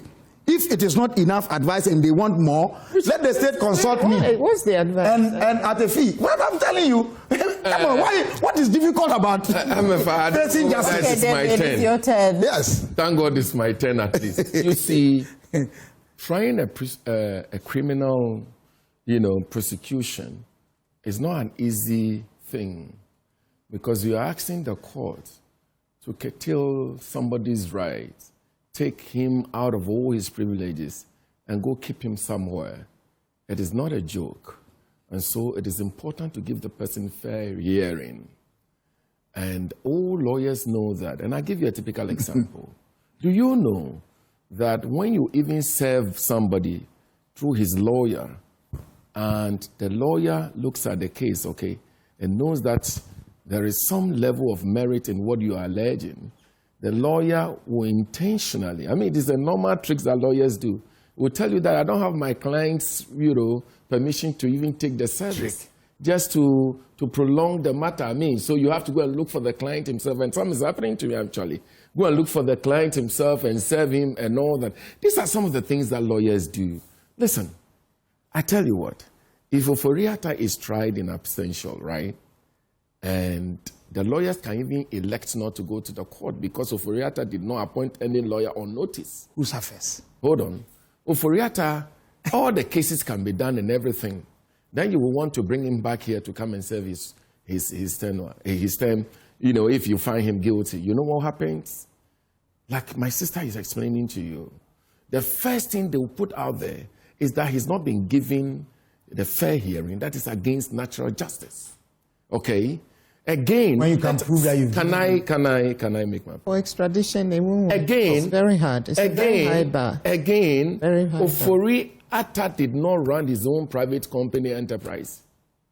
He ran Ghana. And so, Ghana is asking you, Ofori, come back and give an account on the jobs you did for Ghana, of which we duly paid you. Ofori, you were taking all the privileges, all the l'argent, all the big pay. You were enjoying all of them. You accepted the job not under gunpoint nor duress. You wholeheartedly accepted to work. Remember, after 4 years in Akufo-Addo's office when they went for the second term, Ofori-Atta was ill. Okay? They reserved the position for this man for more than how long? To come and hold the position willingly. Why won't you come and account? Why should everybody be saying, Ofori-Atta, come and account, and you alone, you decide not to come? I urge the Attorney General of Ghana, and that's my very good friend, to use every legitimate means to bring Ofori-Atta and all other individuals that are found to have, done something against this country, either in this administration or the past administration, to come and face whatever justice they must face, because if we do not do that, we will not encourage others who are holding positions in this country to behave the way they ought to behave. What we are encouraging today is that if Akufo-Addo will not help us, if Ghanaians will not help us to bring Ofori-Atta to come and account, what we are doing is that we are preparing a very fertile grounds of all people who are holding public office to steal as much as they can, allegedly. When they finish their tenure of office, then they should go away. Okay. All we're wrapping is that they should just segment. look for a place outside David, there with the same energy, to go and stay. The issue that Dr. Shili advanced, that we have names of party bigwigs cutting deals with corrupt officials of previous governments, so that we don't get to the point where now the person has served. You see, and then the person has traveled. The General Secretary of our party, Honorable Fifi Kote, sits in a privileged position. And I think that if there are big wings who are truly cutting deals, I think that some of them, or all of them that we know with evidence, must be reported to the police or to the appropriate authorities for investigation to continue. I give you a typical But do you agree that until then, because this is September 25th, and nothing of that sort has been done, would you agree? Hold on. A statement that was put out by the General Secretary in itself cannot be a prima facie case to warrant investigation. I am saying that if there is any evidence, hold on, I'm saying that if there is any evidence, if there is any evidence, did I mention that? You were just here saying that I was taking words out of your mouth wrongly. Are you suggesting? Suggesting what? Is that the meaning you are picking from what I'm saying? You have the right to do so. You have the right to do so, not me. Vicky. But I don't think he talks careless. So for me, if he doesn't talk remember careless. His Excellency Mahama when there was an allegation of if he doesn't talk careless. Some allegation of Galamsey issue against some of his party people, Abanga and and that he called the. Yes. We are asking that when people make allegations, Yoko to investigate. When people make allegations, they must be investigated. What I'm not talking about anybody different from anybody. What happened? Everybody. Everybody. And that is why it is important for Ofori-Atta to come to this country, to come and account. But I don't know why you are... people should defend Ofori-Atta's behavior. Their party people are not even defending. You come and sit here and defend him. I don't know why you should do that. Thank you so much, also, for joining. I don't know why you should do that this morning. Please. But now you know better. We should get serious with our politics in Ghana. The jokes are too many. The theater must. All right, so welcome back to the AM show. Time for us to delve into our big stories today. And today we have an exclusive conversation with the Minister for Labour and Employment Relations, someone all of us have come to know as a very gentle politician, a quiet one, of course. We want to go into his ministry to find out what they've done 1 year under the John Mahama administration. Dr. Rashid Hassan Pelpo. I don't know if a lot of you know that he has an Abdul in the name, so it's Dr. Abdul Rashid Hassan Pelpo, Minister of Employment and Labor Relations. Good morning to you, sir. Good morning. I hope all is well. Oh, everything is fine. Happy New Year to you. Thank you. Many happy returns. Yeah. So let's get straight into action. Yes. How do you see 1 year under your tenure as a Minister for Employment? Well, thank you very much. 1 year of administering the affairs of the Ministry of Labor, Jobs and Employment. That's a new name. Ministry of Labor, Jobs and Employment. Has been one of quietude, one of progress, one of determination, one of cooperation with the labor force and the creation of job opportunities, creating interest in the ministry and helping young people to have confidence that as they go along, they can build themselves into a world of work and graduate into working adults. It's a place where we advise, we define policy, we help in creating opportunities for people. You know, it's not a place where you come and I give you a job. It's a place where you come and get to understand what jobs are available and how to access them. And that's what we've been working at all these months and this particular, the last year that passed. Okay. Yeah. So how are you able to measure the achievement?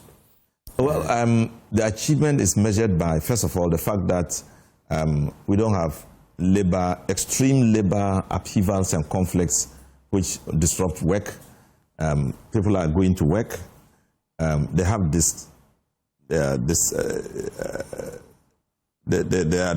sometimes you have them dissatisfied with circumstances, but the purpose of my office and my ministry is to look at the tensions that arise and try to cool them down. So you will find that in the year, there has been a relatively quiet labor front, minding their business, committed to work, increasing their energy at pushing Ghana to the next level. And you can see the results in everything we are doing, everything that happens, the economy is stable, everything is going on well. It is the labor force and what they project themselves into doing and what they have done so far. So you can measure it by the nature of the economy. You can also measure our success by the training that is going on to upskill labor in the new green jobs and input in skills that had not necessarily been in existence. There had been some training and passing out of young people in specific areas that they can go in and get jobs. So we are prepared for the green job opportunities which are all over. You can measure also how much we have put in at the various areas at the Ministry of Youth Empowerment, where we have these Ejumawura programs and all the youth programs we have started working on getting young people into jobs. And you will measure it also by the number of opportunities that are available, that we are sending people out of the country to work.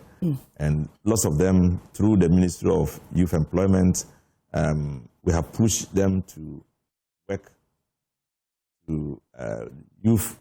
We have pushed the Youth Employment Authority to engage those who want to work abroad. The work abroad program is flourishing and going on. So you'll see the extent to which people are showing interest and what benefits are coming out of it. And then you will see also the how we relate in signing agreements with countries that want Ghana's labor. And lots of countries have come to sign agreements. The Ministry of Foreign Affairs, many have come to sign memorandum of understanding with me, so we can create opportunities for our young people to travel out. We have worked closely also with the Ministry of Finance and the Ministry of Roads, where opportunities are open both to technical and untechnical labor to engage in new roads that are being constructed. My office is has a multi-sectorial approach to creating jobs. So the jobs are scattered all around. Yeah, so mine is to make sure I monitor what is happening, draw the attention of young people to them, and create opportunities for them to have access to all the labor areas that are available. So now what we are doing is to develop, and we have developed the labor market information system that allow all these areas of jobs to be recorded in the labor market system. So you go into the labor market system, you find the jobs available, you apply there, and you get a response there. So is it open to all? It's open to all. Look at labor market system. Labor market information system. How do I get it? It's an electronic system. Wherever you are in the country, we are even having labor. We have established public employment centers in various regions. All the 16 regions have been given labor, but we are going down to the districts or to the municipalities where the centers are established. You can go in there, check, find what is available. Oh, so this is not like an online based. It's online based. Okay, so what's the portal? I want to go in there. Not many people. Just write Ghana Labor Information System. Okay, all right. Let me also say that we are yet to launch it this year, so it's not so popular. Okay. But many people have tried it. When we open it up for trials, many people have tried. And then, you know. So this system is to help get people understand what works are available, what opportunities are available, and how they can access them. Okay. And the whole of last year, we have been working on it. It's been tested. We are now getting to launch it officially to get people access to it. And we are encouraging all organizations, including the private sector, to all put their information in there for job seekers to go in and be able to get jobs. At the moment, we've been able to cover every opportunity you can find in the government sector. We are moving into the private sector to hook them in. Last year, there was we had a conference or a seminar which involved lots of these private sector people to understand what we are doing. So for them to see the labor market information system as a benefit to them. You don't need to now to go advertising and getting people to apply and all that. Just put it there and you'll get responses. So you mean we know how many jobs exist on this labor market information system for now? For now, you get to... No, now what we have done is to put the institutions and organizations in there. Okay. They will now declare their jobs in there for people to... So it means that when you click on the institution... So at every point in time, you can't say there are 10 jobs. Okay. You can say 10 jobs today, tomorrow there are 20 jobs available. It's a dynamic process going on. Yeah.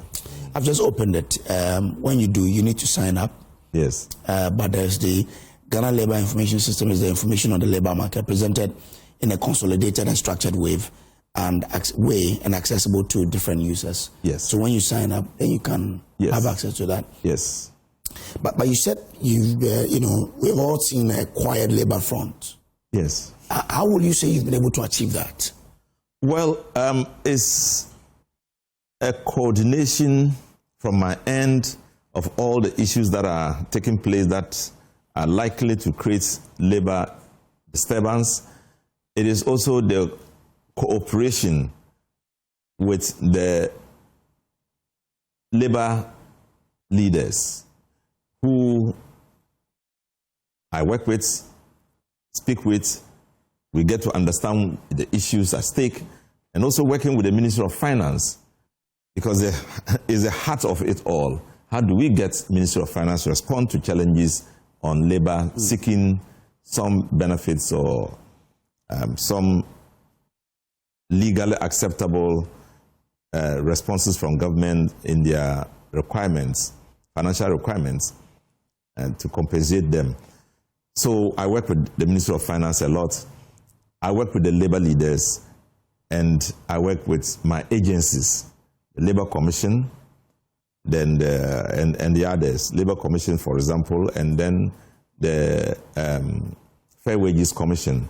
These are critical areas which are of importance when you want to talk about labor and understanding of the challenges they are facing and what we can do to respond to their challenges. So I work with them all, and we do so with understanding that we are working with an economy that can give or not be able to give. We do so with the understanding that we have come from somewhere and are riding on an economy that had not been properly managed, but which we are managing now and would need time to stabilize it, make it efficient, and we are also being careful, not to spend in manners that can reduce the potential and speed of the economic recovery that we are doing.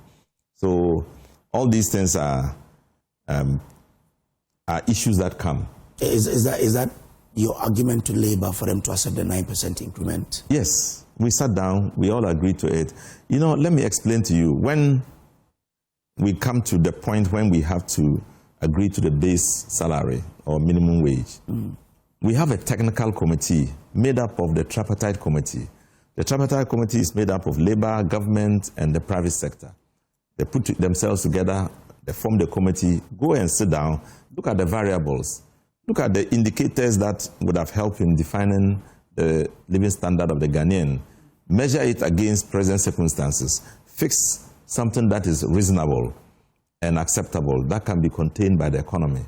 They did so and came back with a certain percentage increase. We discussed it, and unfortunately this year, because the economy has been doing so well, one of the issues that have been picked as streamlined as areas to be considered, for example, the variables. I mean, you talk about inflation. How much inflation has a direct effect on the market, the household, So you take inflation. You take the forex, the value of the cedi. The forex, it has a direct consequence on how much money you have and what it can do. If today you have 20 cedis, and 20 cedis was equal to $2, and then the following day you come, 20 cedis is now equal to $15. 20 cedis is now equal to not $2 but $1. Then the prices of the person who goes out of the country to buy in dollars and come back to sell to you, the price will increase for him to be able to make the dollar component for him to do that. So you look at the forex, you look at, like I mentioned earlier, inflation. You look at the for the private sector, you look at the interest rates. How much does money cost him when he goes to borrow it? So after looking at all these things, you measure it against the demands made on by labor itself, and then you come to a certain conclusion. So we got to a conclusion when the highest was like 7% increase, and then 2.5 to 7%. Okay, let's take the 7% as the highest, but it was too low for anybody to talk about 7% increase, because people, naturally, we work in a situation where we want to advance the cause of our individual livelihoods and our desires. So we found 7% to be too low, but we offered the 7%. They said no. So eventually we came to 9% after they had offered 15%, but given the circumstances and the times and the hope that things will even continue to be better. At the time, I think the interest, the inflation was at about 8%. Now it's about 6% and still going below 5-point-something%. You see, so we give them the expectation that things will still even get better. The value of your CD will be better. We give them the assurance that the CD is not going to go down in the course of the year. We may even improve it. We give them the assurance that there are two issues. Either you take what you are asking for now and not get any other person employed. That's what the economy can do. Or let's take what is reasonable for you now and open up rooms for us to take more labor into the system. And I say that the labor leaders are very realistic about what happens in the economy. They are very understanding. And I salute them all the time when we discuss issues and they get to appreciate and understand. But some rejected the increment of 9%. Yeah. It came to a point, but you see, this is normal. You can't have a decision that has a global acceptance all the time. Sometimes some people will say, oh, why did you go to negotiate this? We could have gone for the 30%. We could have gone for this. But if they were in the inside in the negotiation, maybe they would have understood. So when we got it out and brought it out, there were ups and downs, especially when you said oppose, it was because when the utility values, utility bills were increased by 9%, some people said, you gave us 9%, now they have increased it by 9%. They've taken what you gave us out. But that was not right. Okay. You see, if you are taking, let's say, 1,000 Ghana, and we increase your salary by 9%. You only added 90 cedis. Pardon? 90 cedis. 90 cedis. So you have 90 cedis in addition. Now, out of the 90 cedis, you were paying 20 cedis for example, 20 cedis for electricity. The 9% is on the 20 cedis, not on the totality of the 1,000 you are getting. The 9% is only on the small amount of money you spend in paying the electricity bill. That's 9% utility increment. Yes. So it was understood that, well, this is 9%, therefore it's nothing. No. The 9% is not a totality of the money. It's just a small, an aspect of amount of money you are paying. So, but as I said, we are, one of the fundamental things that we have bring into being is to say that let's not talk only after, only when we are negotiating on baseline, base salary and minimum wage. Let's talk throughout the year. Wherever there are problems, let's bring it up and let's talk. So that we don't create a situation where lack of understanding between us or our inability to appreciate each other's perceptions about reality create a problem for everybody. So let's keep talking. So that is also a beneficial consequence of the last discussions we had. So when next will they see any increment in their salaries? You give them 9. Yeah, so when next will they see any? We said that as we go along, if the economy gets better and we improve, we can always speak about increase because it's a necessity. It helps in creating the needed confidence in the working force and also help them to generate more energy in working. So it's important to listen to them when it comes to that. So as we go along and things are better, we can always negotiate about these things. The economy has rather than going on strike, we can always talk and come to a certain conclusion. The economy has become better, right? Yeah, it's improving. There's improvements in the economy. But you see, we have to do a lot. When the economy is going better, you don't keep your debt disrupting you. Okay. You can see yesterday, the finance minister released energy sector clearing the energy sector bill. About 1.47 billion, which had been what they used to call legacy debts. this government will come, they are unable to pay. This government comes, they were unable to pay. Look, we got to a point, President Mahama said, look, let's make sure we don't have the legacy debt anymore. Let's clear it.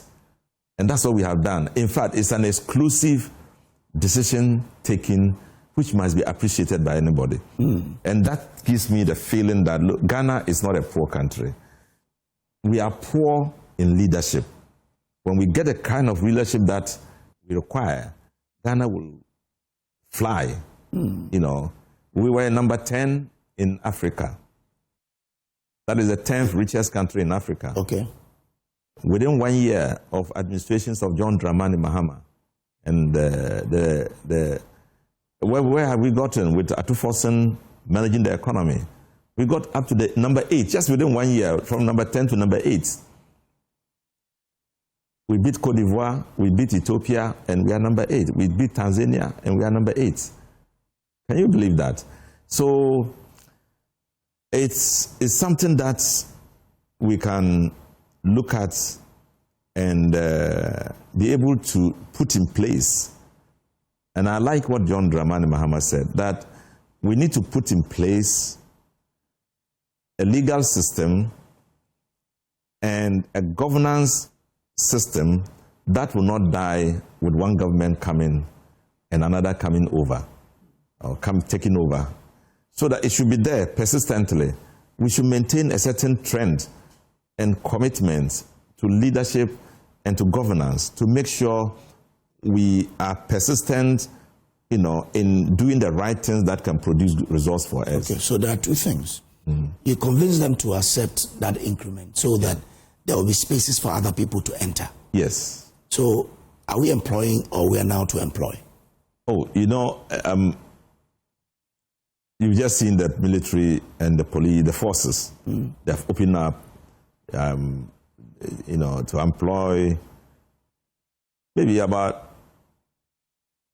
not less than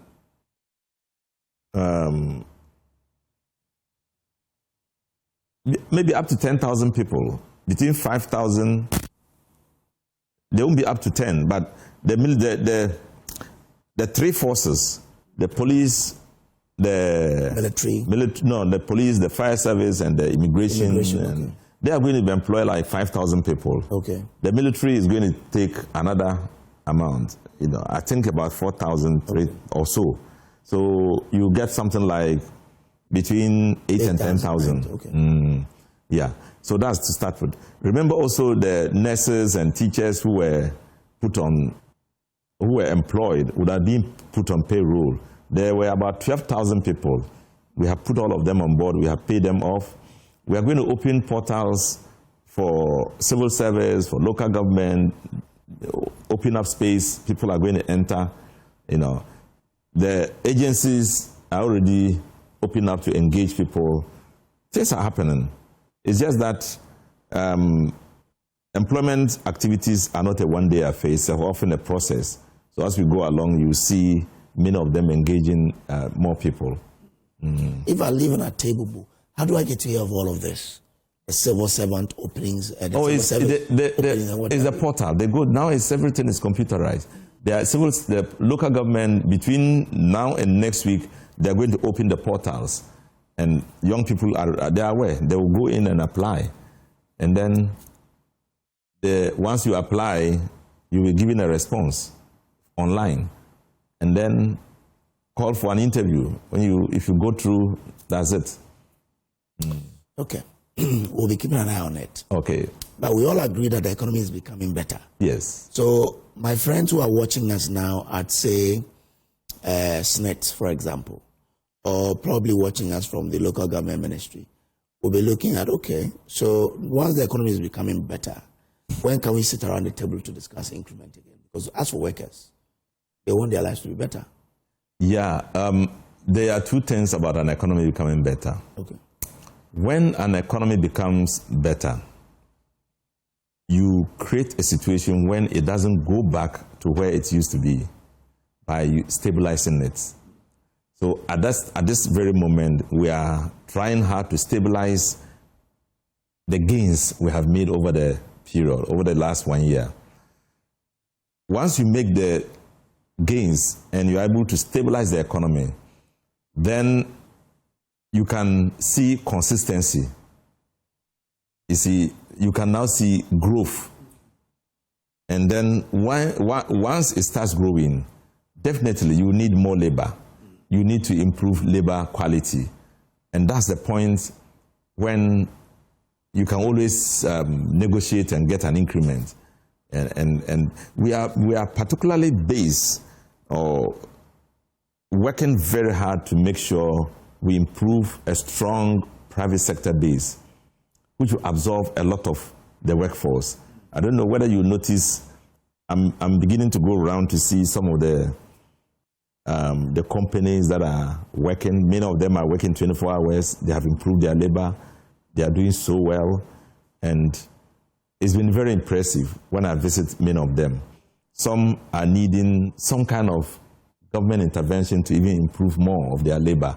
So things are taking shape gradually. And I'll pray that the people of Ghana continue, and I thank all of us, will continue to give this government all the cooperation we desire so that we can move to the point when everybody can look at Ghana and say, this is a great country, our economy. So we are going towards there. We will get to a point when we can sit down at all times to talk about improvement in compensation.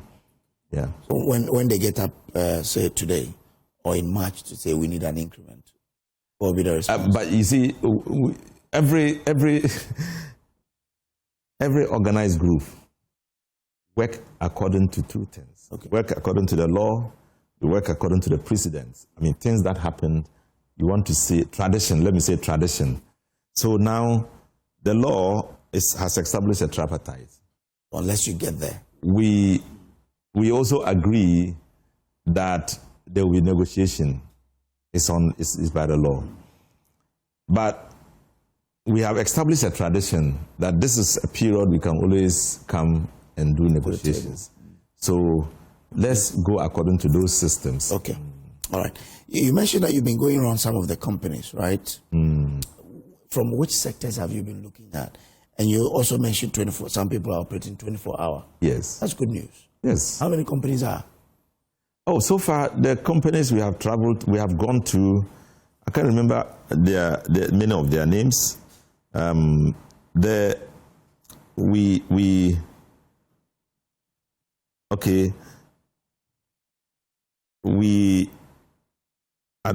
get the list from here, okay, but it will take time. Yeah. So, but when we went to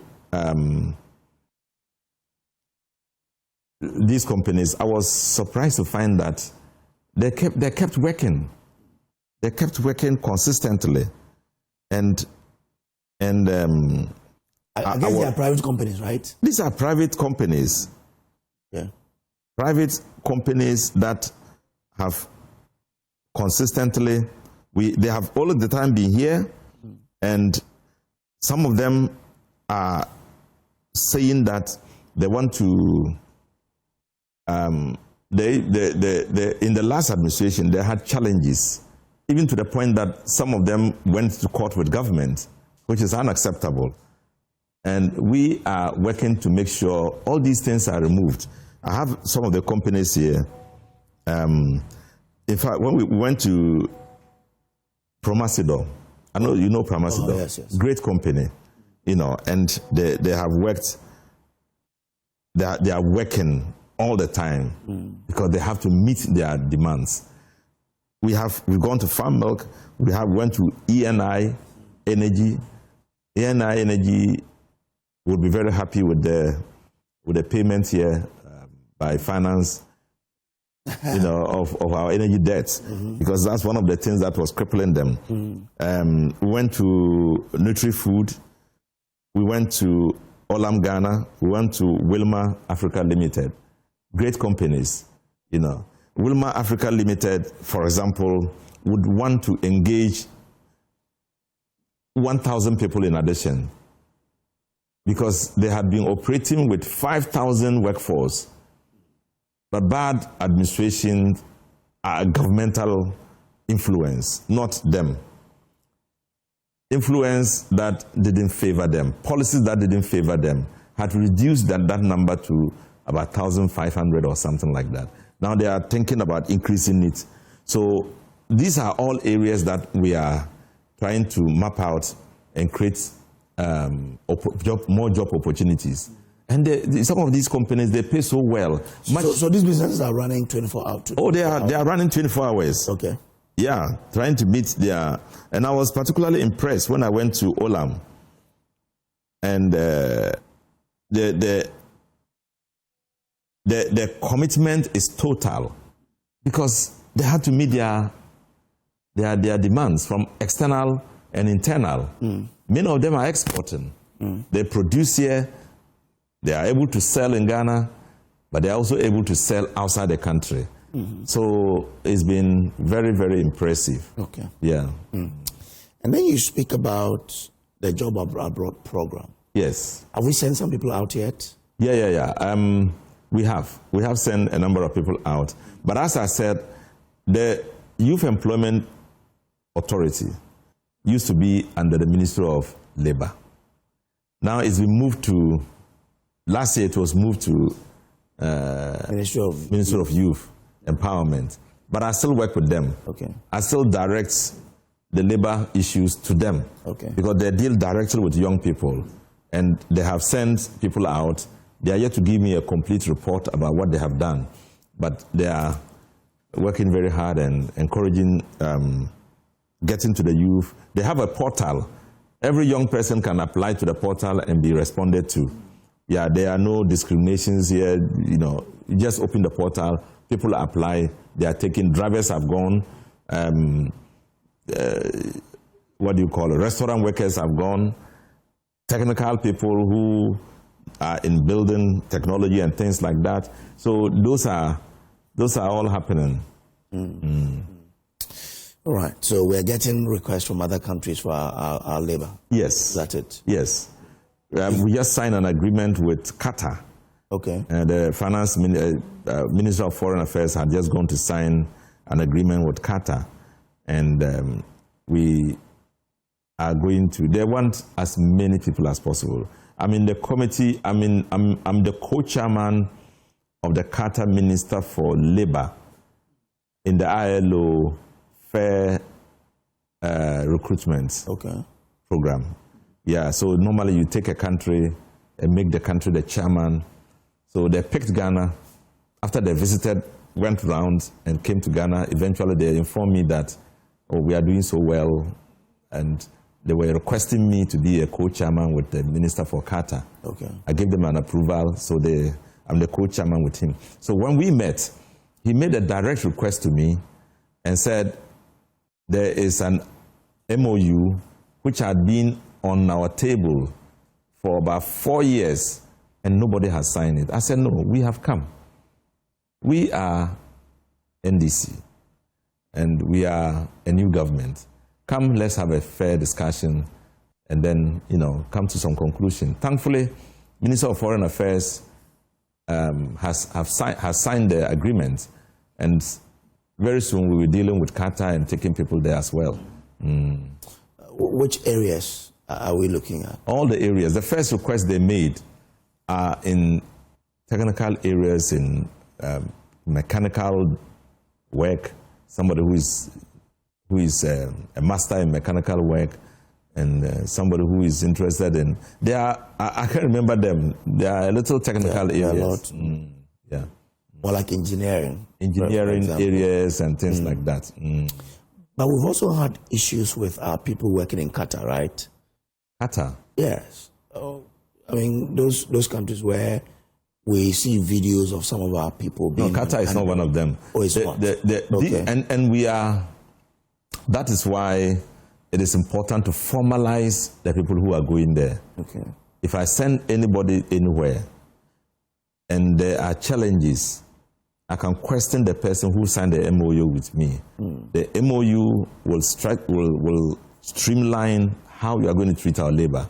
We'll let you understand our labor law, how Ghanaians are treated, how we expect you to do that. And when our conversation with the Qatar minister, when I raised the issue of how these things were, some bad things came, he said, no, not them. And that their labor laws are even much more favorable than ours. I said, no. I mean, let's make sure the right thing is done. He said, oh, Rashid, I'm assuring you this is what is going to happen. And I'm happy we've signed the agreement with them. So you don't take just get somebody to give you a telephone call and say they want a maid. Then you just take your things and join and you go. And eventually you are in trouble. You have nobody to talk to. We are here to deal with it and to make sure you are safe when you travel, and that we are dealing with it officially and will not tolerate any situation.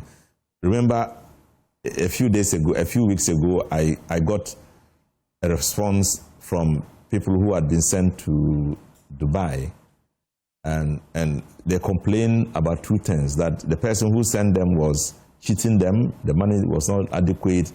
The second thing was that they were working too long in the place, 12 hours, they can't. As soon as I heard it, the first thing I did was to stop the program and then to ask the person to come for a discussion. So it's been resolved. So that's just a clear example of we monitoring the system and directly demonstrating our concern for the Ghanaian, whether he's in Ghana or out of Ghana. We still take him to be... So are we doing the same for people who are in Kuwait and what have you? I mean, everywhere. For the stories we hear of maltreatment, are we okay, so that's what I'm saying from the beginning. Some people went on their own. We don't know about them. But now we are monitoring the system because we take them there. And but those people, if the information gets to us, we will act immediately. Okay. We'll act immediately. Just a few days ago, somebody came to tell me about a situation in Saudi Arabia. Immediately, I called the Minister of Finance. I got a person responsible, and then they asked him to do the complaint, and fast, you know, we got the. So we will deal with any situation where a Ghanaian is involved. But now, to limit the number of people who go on their own and get into trouble where bad people who don't understand that Africans, when they go to work, they are still human beings. You know, the way they treat them will be unacceptable and will be taken up seriously. That's some incredible work you're doing there. Yes. Kudos to you and your team. Thank you. Whilst you're doing that, and I guess you are resolving issues for people who are even outside of the country. So it means that for issues in country, you do them with ease. There is a petition I have in front of me. It says, we the employees of the Youth Employment Agency, YEA, numbering about 231, herein referred as petitioners, right to formally bring to the attention of the Honorable Minister at the Ministry of Youth Development and Empowerment, Honorable George Ofori-Atta, our ministry, to a really neck-level matter we have with our employer, the YEA. We, the petitioners, have worked with the agency as contract staff for the past 8 years. Some have worked for over 4 years and some over 2 years, respectively. As contract staff then, an opportunity was given us by the agency through a memo declaring limited vacancies on 26 September 2024 to apply to be regularized. We took advantage of the opportunity and applied for the vacancies. I mean, the short of it is that they have been regularized, but for the past 1 year and more, they have not been paid. And they tell me of issues, some even dying as a result. Oh. What will you do to help these people? Well, this is a situation that didn't come to my attention at all. And I'll be able to sit here and give any response because I need to not verify only, but also hear out the Minister of Youth and Empowerment, what has resulted into the situation. And then we can create a situation where both employer and employee can talk. And then, but essentially it does appear to me is because they have not been properly employed. They have not been employed. It's like the teacher and nurses situation where the previous government, normally trying to impress people, will engage people and say, oh, you are now employed, to report to people that they have created employment. And then at the end of the day, whilst they are out of government, it becomes a problem to everybody, you know. So it's something that I like to look at. For the past 8 years, it's a terrible situation. And for the past 2 years, it's also a terrible situation. They want now to be properly regularized and paid. And it has to be done with the Minister of Finance involved, with me involved, with the Minister of Youth Empowerment involved, so we can tackle it to the fullest. These people have been regularized since November 2024. And yet? Yes. And they have, I have the appointment letters of some of them. And they say they work for 1 year. No payment has been done. This one, for example, the appointment was done on 29th November 2024. And it's true, the name is there. Appointed as Assistant Technical Service Manager, effective December 1, 2024. And they were given financial clearance too. Okay, so that's a challenge we are facing. It's all over.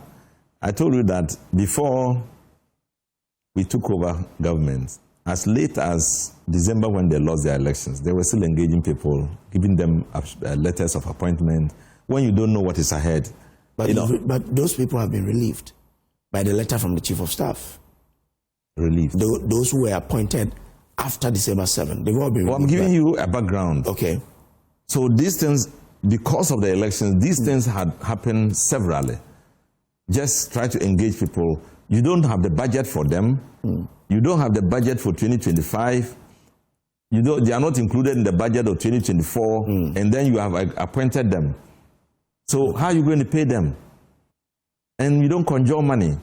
Money comes as a result of the financial statements made to Parliament, approved by Parliament, inclusive of which you can have the compensation of people you have engaged. And that's where they call financial clearance. Now, you didn't clear them. There was a paper saying you have been cleared, but there was no money to demonstrate the clearance. Just hoping that if another government comes, it should be their headache.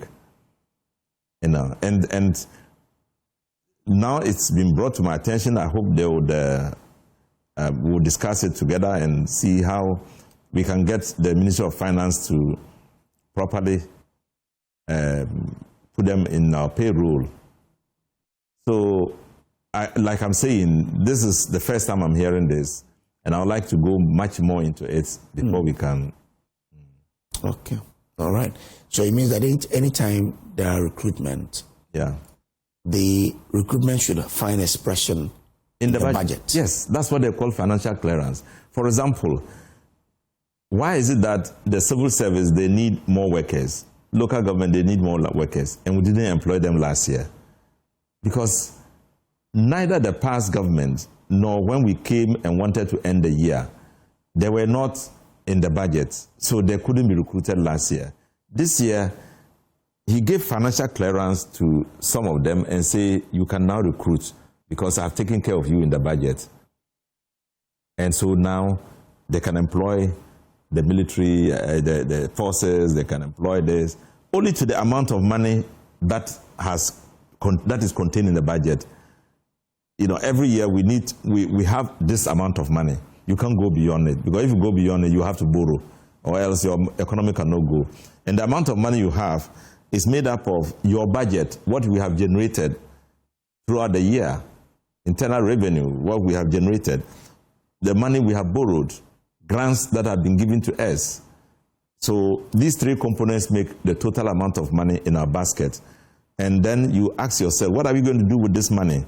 We'll do this, but we also employ people. How many people are you going to employ? So you put all of it together to get to the total amount of money you spend in a year. Now, if somebody comes and said, I want a job, and it hadn't been put in the budget, you can only say, okay, but not now, in future. And you won't understand, but government has money, why wouldn't government employ me? So you must be contained in the budget before you're employed. So no government must give clearance when that clearance doesn't find expression in the budget. Yes, and that's where the problem with the past government is. They gave clearance when they knew that there was no money. They said, oh, clearance is given. So where are you going to get the money? 2024, you are giving clearance at a certain point in time. Okay. Then, all right. This financial clearance says, note that this financial clearance expires on 30th June 2025 and cannot be used thereafter. So the minister wrote this without having money for them? Yes. So if you write this and you don't have money, financial clearance is not infinitum. It's not like it will be there forever and ever. They'll give you financial clearance for this period of time. When the period of time expires, you have to apply again for it. Okay. So this financial clearance expired. If it were not requested again on the Ministry of Finance, and he gives them another financial clearance, that means that they will be left hanging. Okay. So what's the plan for this year for the ministry? Well, to enter into second year of your administration? The plan for this year is to work closely with the private sector to create more job opportunities, to properly streamline the external job arrangements, and create more job opportunities for people. We are talking with even people from the United States. They are interested in our workforce. Canada, they are interested in our workforce. Romania, Germany, and all these other countries, which I know people are eager to travel to. They are interested in our workforce. And we will spend this year trying to see how we can make it work. And also, the other countries in the Middle East are also very interested in our workforce, so we would work with all that to create opportunities for those who want to go and work within a specified period of time. It's not to say you are leaving Ghana. It's to say you are working outside the country, gain some experience, come back to Ghana. That is what every country uses to develop. Gain experience, come back to your country, establish the systems, and then also employ more people. Okay, so that's one aspect of it. So private sector, job abroad, then state government employment, which is an area which has just started. So we hope to continue with other sectors as well, apart from the forces, to create more job opportunities for people. And we also hope that the Big Push program is going to create a lot of job opportunities. We are estimating about 800,000 people. The other time, somebody sat here and said, no, these are people who are going to be low-level jobs, as if they don't matter. They are all important. But you are going to have engineers who are going to be used, their assistants, you are going to have supervisors, you are going to have all kinds of people in the big road construction work we are going to do. It's going to cover the whole country, and it's going to be what has never happened in this country before. You know, imagine the superhighway that is going to be between Ghana, Accra, and Kumasi alone is huge. Imagine the roads connecting every region in this country. Imagine the extensive road network that is going to be done to enter everywhere. Everybody is going to benefit from the Big Push. So it's going to create a lot of job opportunities. Officers who are going to work, increase supervision at the local level, at the regional level, increase input by contractors, increase workers, increase purchase of machinery. Everything is going to work. So this year is going to be huge. Okay. In job creation. Okay. And the whole idea and aim is to improve the economy of this country, is to get the needed infrastructure to put it at the level where Ghana will be a true middle-income country. Is there a targeted number of employment you want to create this year? Is there? A targeted number of employment you want to create this year? We will not be able to give a targeted number, but what we are doing is that we have taken the the level of unemployment, and if we try to if we solve it this year, next year new people are going to finish university. They are going to be asking for more.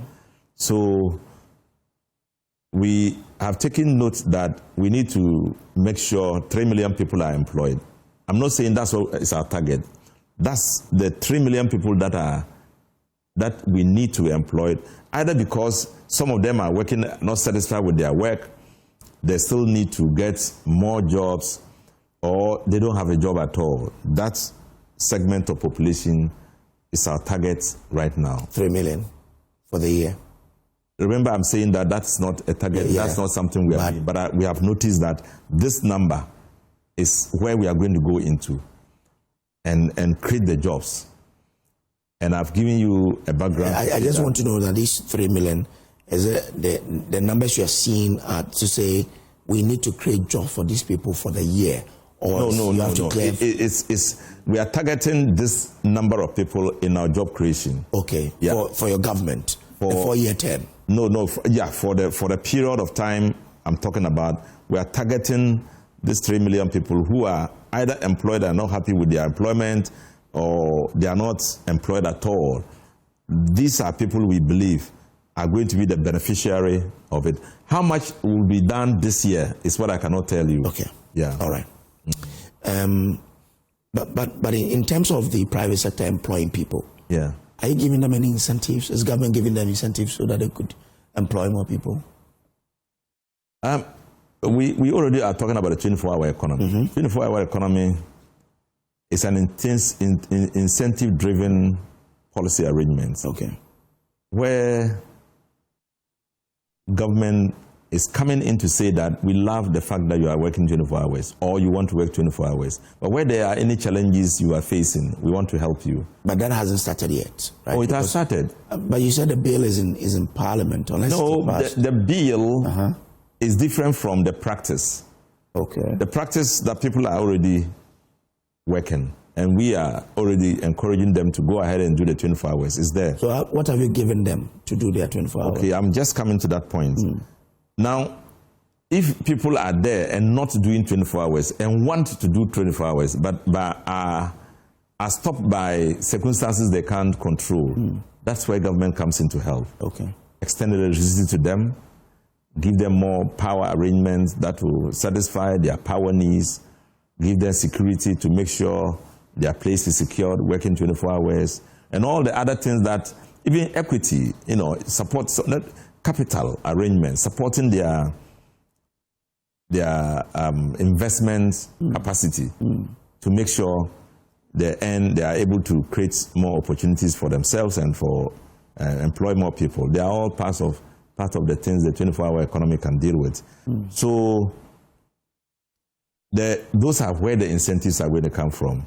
But the key incentive you want to give to anybody is not to give them money. Is to create an opportunity where their money can have value. Where when they go to buy and they come into the country, they can be confident that when they sell, they can still go and buy even much more. We have attained that. Okay. Another key incentive is the price of money. To make sure the interest rates are to the point where they can easily go and borrow and be able to pay back. Those are key incentives we have given to them.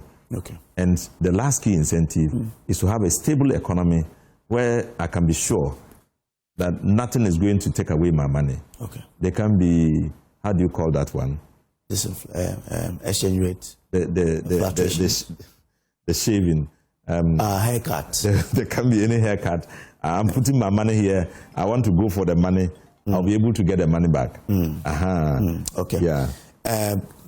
These YA people, a lot of them are my friends. As we are just wrapping up, yes. When in the latest can they have any update on their situation? But I just told you I'm trying to get the information. Yes. And I'll work on it. It's important for them, apart from discussing with their minister, to also discuss with me. But I will go into finding out what exactly we can do to help them. But if they were not considered in the budget, they have to wait. Oh, but they've been employed since November 2024. But if they are giving financial clearance 2024 and are not giving financial clearance 2025, then it will be a problem. But if they've been employed on a financial clearance, do they have to yes, seek I another told you clearance? it's not like when they give you financial clearance, that's all. It has a limit. After that, when it passes, okay, if it elapses, you have to go for another financial clearance. But we are concerned about them. But I'm sure they are still, they may be paid allowances or something like that, or not at all. They are not at all. Okay, so it is something we need to go into, and I'll be happy to be part of this solution. Yeah. I'm grateful to you, Dr. Rashid Pelpo. Yeah, it's always an honor to have you here. Thank you very much. Yeah. That's the Minister for Jobs. Okay, so it's Minister for Labor, Jobs and Employment Relations, Dr. Rashid Pelpo. Good morning to you. Millicent Obo, my sister, she is with the fire service and she is watching us now. Good morning to you wherever you are, you and your colleagues. I hope you're doing your best for the country, Ghana. Now, the AM show, as always, is sponsored by Shield Silicon Paint from Azar Group, Syntex Pipes, and Time Herbal Mixture. Ghana, let's talk about water tanks. Do you know the real secret to water storage? It's simple. If your tank doesn't have the tortoise on it, then it's time to correct that. Now, that's right. The tortoise tank, Syntex tank, is the right choice for you. It's a champion of water tanks. It is strong, durable, and built to handle our Ghanaian weather. Rain or shine, Syntex tank has got your back. So go outside today, check your tank. If it doesn't have a tortoise on it, it's time for you to upgrade. Join the Syntex tank family today and enjoy water storage that's tough like a tortoise. Call 0244 335 168. 0244 335 168 to buy now or find one of our 400 agents across the country. You can also shop online at syntexgh.com. Syntex tank, air strong, air tough. Well, that's how we wrap up this segment. We'll still have more for you here on the show. You stay on. Well, thank you so much for staying with us. Let's talk about this very important topic, which will indirectly or directly contribute to the growth of our tourism in Ghana and as well allow us revisit our history as a people. Now, for over 100 years, for the first time, we have a very important thing happening in Ghana, and I'm excited to host Danette Anthony Reid. She is International President and CEO, Alpha Kappa Alpha Sorority Incorporated, and Diallo Sambri, CEO, Edinkra Group. Lady, gentlemen, thank you for joining us. Thank you for having us. And it's a pleasure to have you in Ghana. May I ask, what brings you to Ghana? You know, there are a couple of things that bring us to Ghana. Alpha Kappa Alpha Sorority Incorporated is a 118 years old organization, and we have chapters in 1,100. We have 1,100 chapters in 13 countries and territories. We are now being fortunate where we're going to charter a chapter here in Ghana. So we're going to celebrate our 118th year anniversary and also charter a chapter here in Ghana. I'm happy to hear that. Why did you choose Ghana? I hear that you have 100 and how many? 100 and 1,100. 1,100. Over more than okay, 100 chapters. In different countries. But tell me why you choose to, for the first time, be in Ghana to celebrate this. Well, we have a group that we call our interest group. And they were very interested in chartering a chapter here to continue and bring forward our service. And so we're going to charter a chapter here. So since we were chartering a chapter, we said, wouldn't it be wonderful to tie that to the founding of the organization? So now we're going to tie charting the chapter in Ghana to the founding of our organization. Let me just come to you. Tell me the role you have been playing, you and the Edinkra Group, have been playing to put all of this together today. Well, some years ago, first of all, thank you for having us, and thank you, Madam President, for bringing your sorors and your organization here. Some years ago, I began working with the Ghanaian government really to help increase the number of diasporans that come here to Ghana. We did that with the Year of Return and other groups like the NAACP and other large groups. So I've been living here for 8 years. We run a travel and tourism company called the Edinkra Group. And when President Reid reached out and said, you know, we have an interest group in Ghana and we'd like to bring an international delegation. And I said, well, how many people? And she said 500. And I said, wow. I said, wow. So being interested in Ghana tourism and understanding how tourism affects the local market and how tourism affects the government in Ghana moving beyond aid, you know, I'm happy to play a part as a citizen of Ghana. So I'm happy to play a part and partner with Alpha Kappa Alpha Sorority. 500 women. Oh my God. How did you, we'll talk about when you were appointed as ambassador to Ghana for tourism from America. But the 500 women, how did you put all of these together? I know that these are members, but tell me how easy or difficult it is to put all these women under one umbrella. You know what? What I have found is we like to learn more, know more, and of course we want to give back more.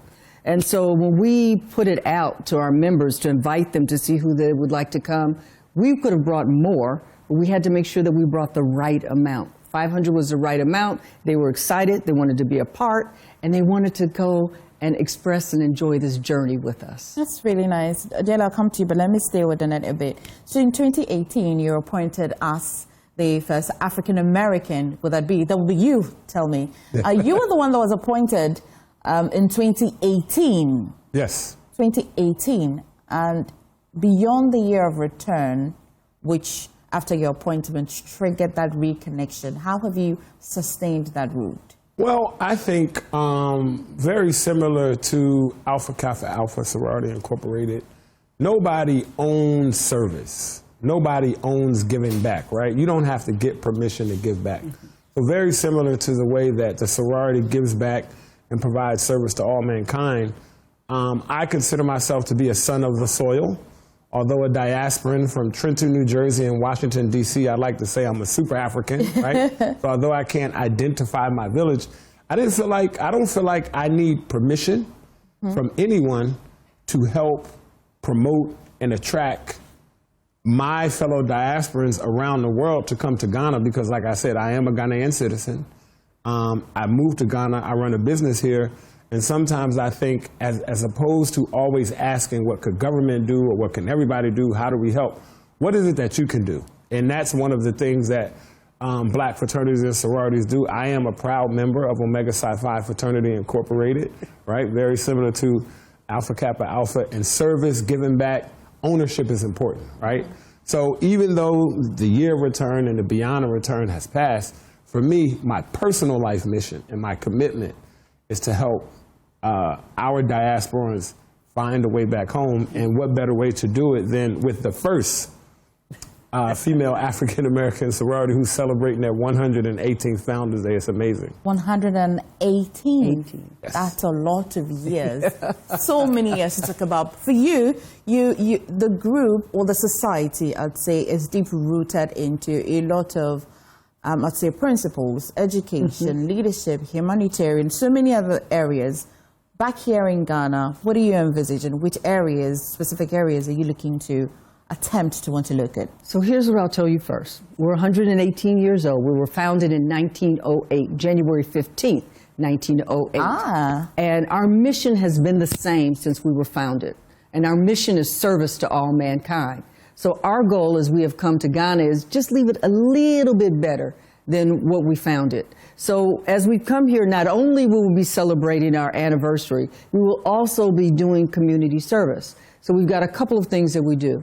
One of the things that we have for this administration is to fight food insecurity.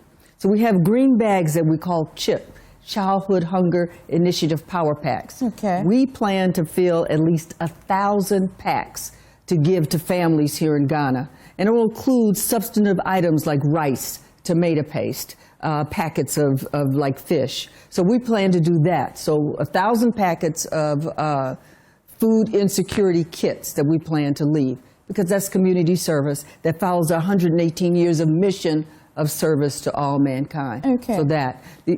Della, Ghana is quite a big place.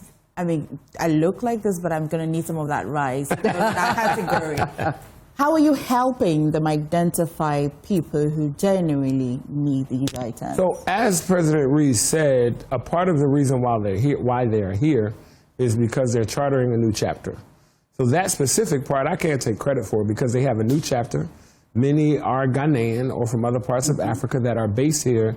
And these women who are forming a new chapter already do a lot of community service. So they've identified the individuals in need, as well as all of the other service projects that the chapter will be working on. My job is to help facilitate the logistics, helping people get into the country, transportation, hotel, lodging, events.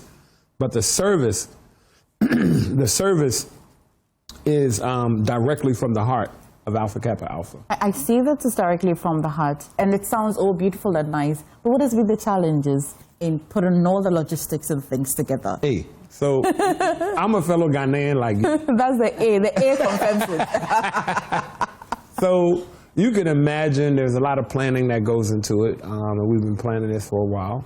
So the normal logistics of moving around, so you have to be creative, right? If you're moving 500 people through Ghana, you want to be creative, you want to be safe, and you want people to have a great time.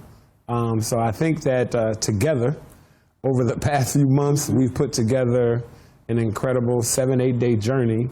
We will be traveling to Cape Coast to visit Asim Manso and Cape Coast Castle. And then they have some other events, including the charter. So there's a number of things. So the experience of, you know, this is not our first radio. We've done this before. You know, we definitely partner with the Office of Diaspora Affairs, with KOD, Kofi Ochedodako. We definitely partner with Ghana Tourism Authority and the Minister of Tourism. So we've sent these letters. We visited. As a matter of fact, when Madam President came for her executive visit with her team in July, she met with the CEO of Ghana Tourism Authority. She met with the Director of Diaspora Affairs. So we follow all the protocol so that we make sure they can enter the country properly and have a good and a safe time. Right. Donette, the 2019 year of return theme and policy sought to really reconnect people in the diaspora back home. You've been to this country. Just overview, what do you think we can do to sustain it? I think what is key is the tourism is key, bringing folks home. We had so much interest in those who wanted to come and attend, and I think it's because they want to learn. They want to feel. And I think there's a certain part to your heart when you come. Everyone is so welcoming. So not only are they helping us learn historically and about our ancestral background, but it's helping others, and everyone loved it. So, and I think it's the people here. Perfect. That's nice. That's a better way to land. So, Diallo, you mentioned that you're going to be seeing some very important tourist sites, but then which one of them are you looking forward to? By all means, you must go see, you must experience. Where? A couple of things. I do want to do the Accra historical tour, so we're going to go through and take folks there. I think that's key. I think it's good to go to Cape Coast. I think all of those pieces help us learn, because I think sometimes we live in a world where we're not really understanding. You hear stuff, you're taught stuff, but until you see it and feel it, then all of your senses are being a part of it. So that's what's exciting. Okay. It's very exciting. It looks like an array of activities happening before the 15th of January, which is the significant day, the 118th celebration. Adele, what form and shape will it take? Well, there's a gala, which Madam President elegantly calls the Eleganza. Eleganza. An evening in Emerald. Oh my goodness. Where? So the Eleganza will happen at Kopinski Hotel, but unfortunately with 500 people, we don't have room for anybody else. Oh, right? yeah. So that'll happen at Kopinski Hotel. It's a private event, but I think the most important part of that day, Madam President, if you will, is the community service. Exactly. Exactly. For you, Madam President, that today, I hear the elegance in the eleganza that you have just said. For you, that day, it sets the ball rolling even better. First time celebrating this very important occasion in Ghana. What would that day mean to you and for you? This is why it's so good. Now, so this is January 15th, 1908. We always celebrate the founding of our organization, but this is the first time we will have an international delegation from the main group, our corporate group, for a founder celebration. So it's a first, and it's always great to be first. Okay. And so, yeah. So everyone's looking forward to it, and it will be elegant, you know, because we're going to celebrate all of that. We're going to give back to the community, and that's what we're about. Would you deliver a speech that day? Of course. What would be the theme of your speech that day? You know, the key thing that would be the theme is, one, we want to have a good time, we want to enjoy, we want to celebrate, but we need to think about the significance of being a women's group for 118 years, where we've come, where we're going, and are we still addressing the needs and being of service to all mankind? Okay. And that'll be... I'll give you some few seconds to... I mean, of course, you say it's a special invitation, 500 women. There's no room for you. Maybe Diallo will be kind enough to step out of the room and I will go in there. There you go. Yes, I go in there. No problem. But tell me final words about this program. Well, I think it's also important that as we talk about the diaspora and as we continue, I attended the President's Diaspora Summit not too long ago, and there's a conversation around reparations. There's so many different conversations around the diaspora and what it looks like. And I think this is the perfect example for Ghanaians or other Africans who may be interested to see a very important part of African American culture. So as Madam President said, AKA was started in 1908. That's over 100 years. And if you think about history, what was happening with black people in America at 1908? So it's important for people to understand that these organizations in the first quarter of the 20th century really helped black people in America get to where we are. So it's very historical. It's very much a part of our culture, something that we want to share. And I'm telling you, if you're in Ghana right now, the whole town is about to be painted pink and green. So you're going to see the power. And I think it's also important as we talk about, investments and things like that, right? And I'm not to get political or whatever, but we talk about investments and where and how does African countries develop themselves. But look at this. Madam President is being a little bit, she said she could have had a lot more, right? And there's 500. I'm going to just tell you, she could have had 5,000 if she wanted to. So when we start tapping into the diaspora, we start asking the right questions, and when we start establishing real, true partnerships that's committed to service and really connecting the bridge, I think Ghana will see itself at a different level, especially with Alpha Kappa Alpha leading the way. Luckily, I've got a Deputy CEO of the Ghana Tourism Authority just joining us via Zoom. Abeku, how are you doing? What does this visit, this celebration in Ghana by this group, what does it mean to our tourism in Ghana shortly? Unfortunately, I've lost him and the time is up, unfortunately, but I'm just going to give you a few seconds to just wrap up. Yeah, the one other thing I'll say that's key is anytime you bring women from Alpha Kappa Alpha to visit, we also impact the economy. So think about the positive impact we have for the economy. We've got rooms at hotels. Anything pink and green belongs in our wardrobe.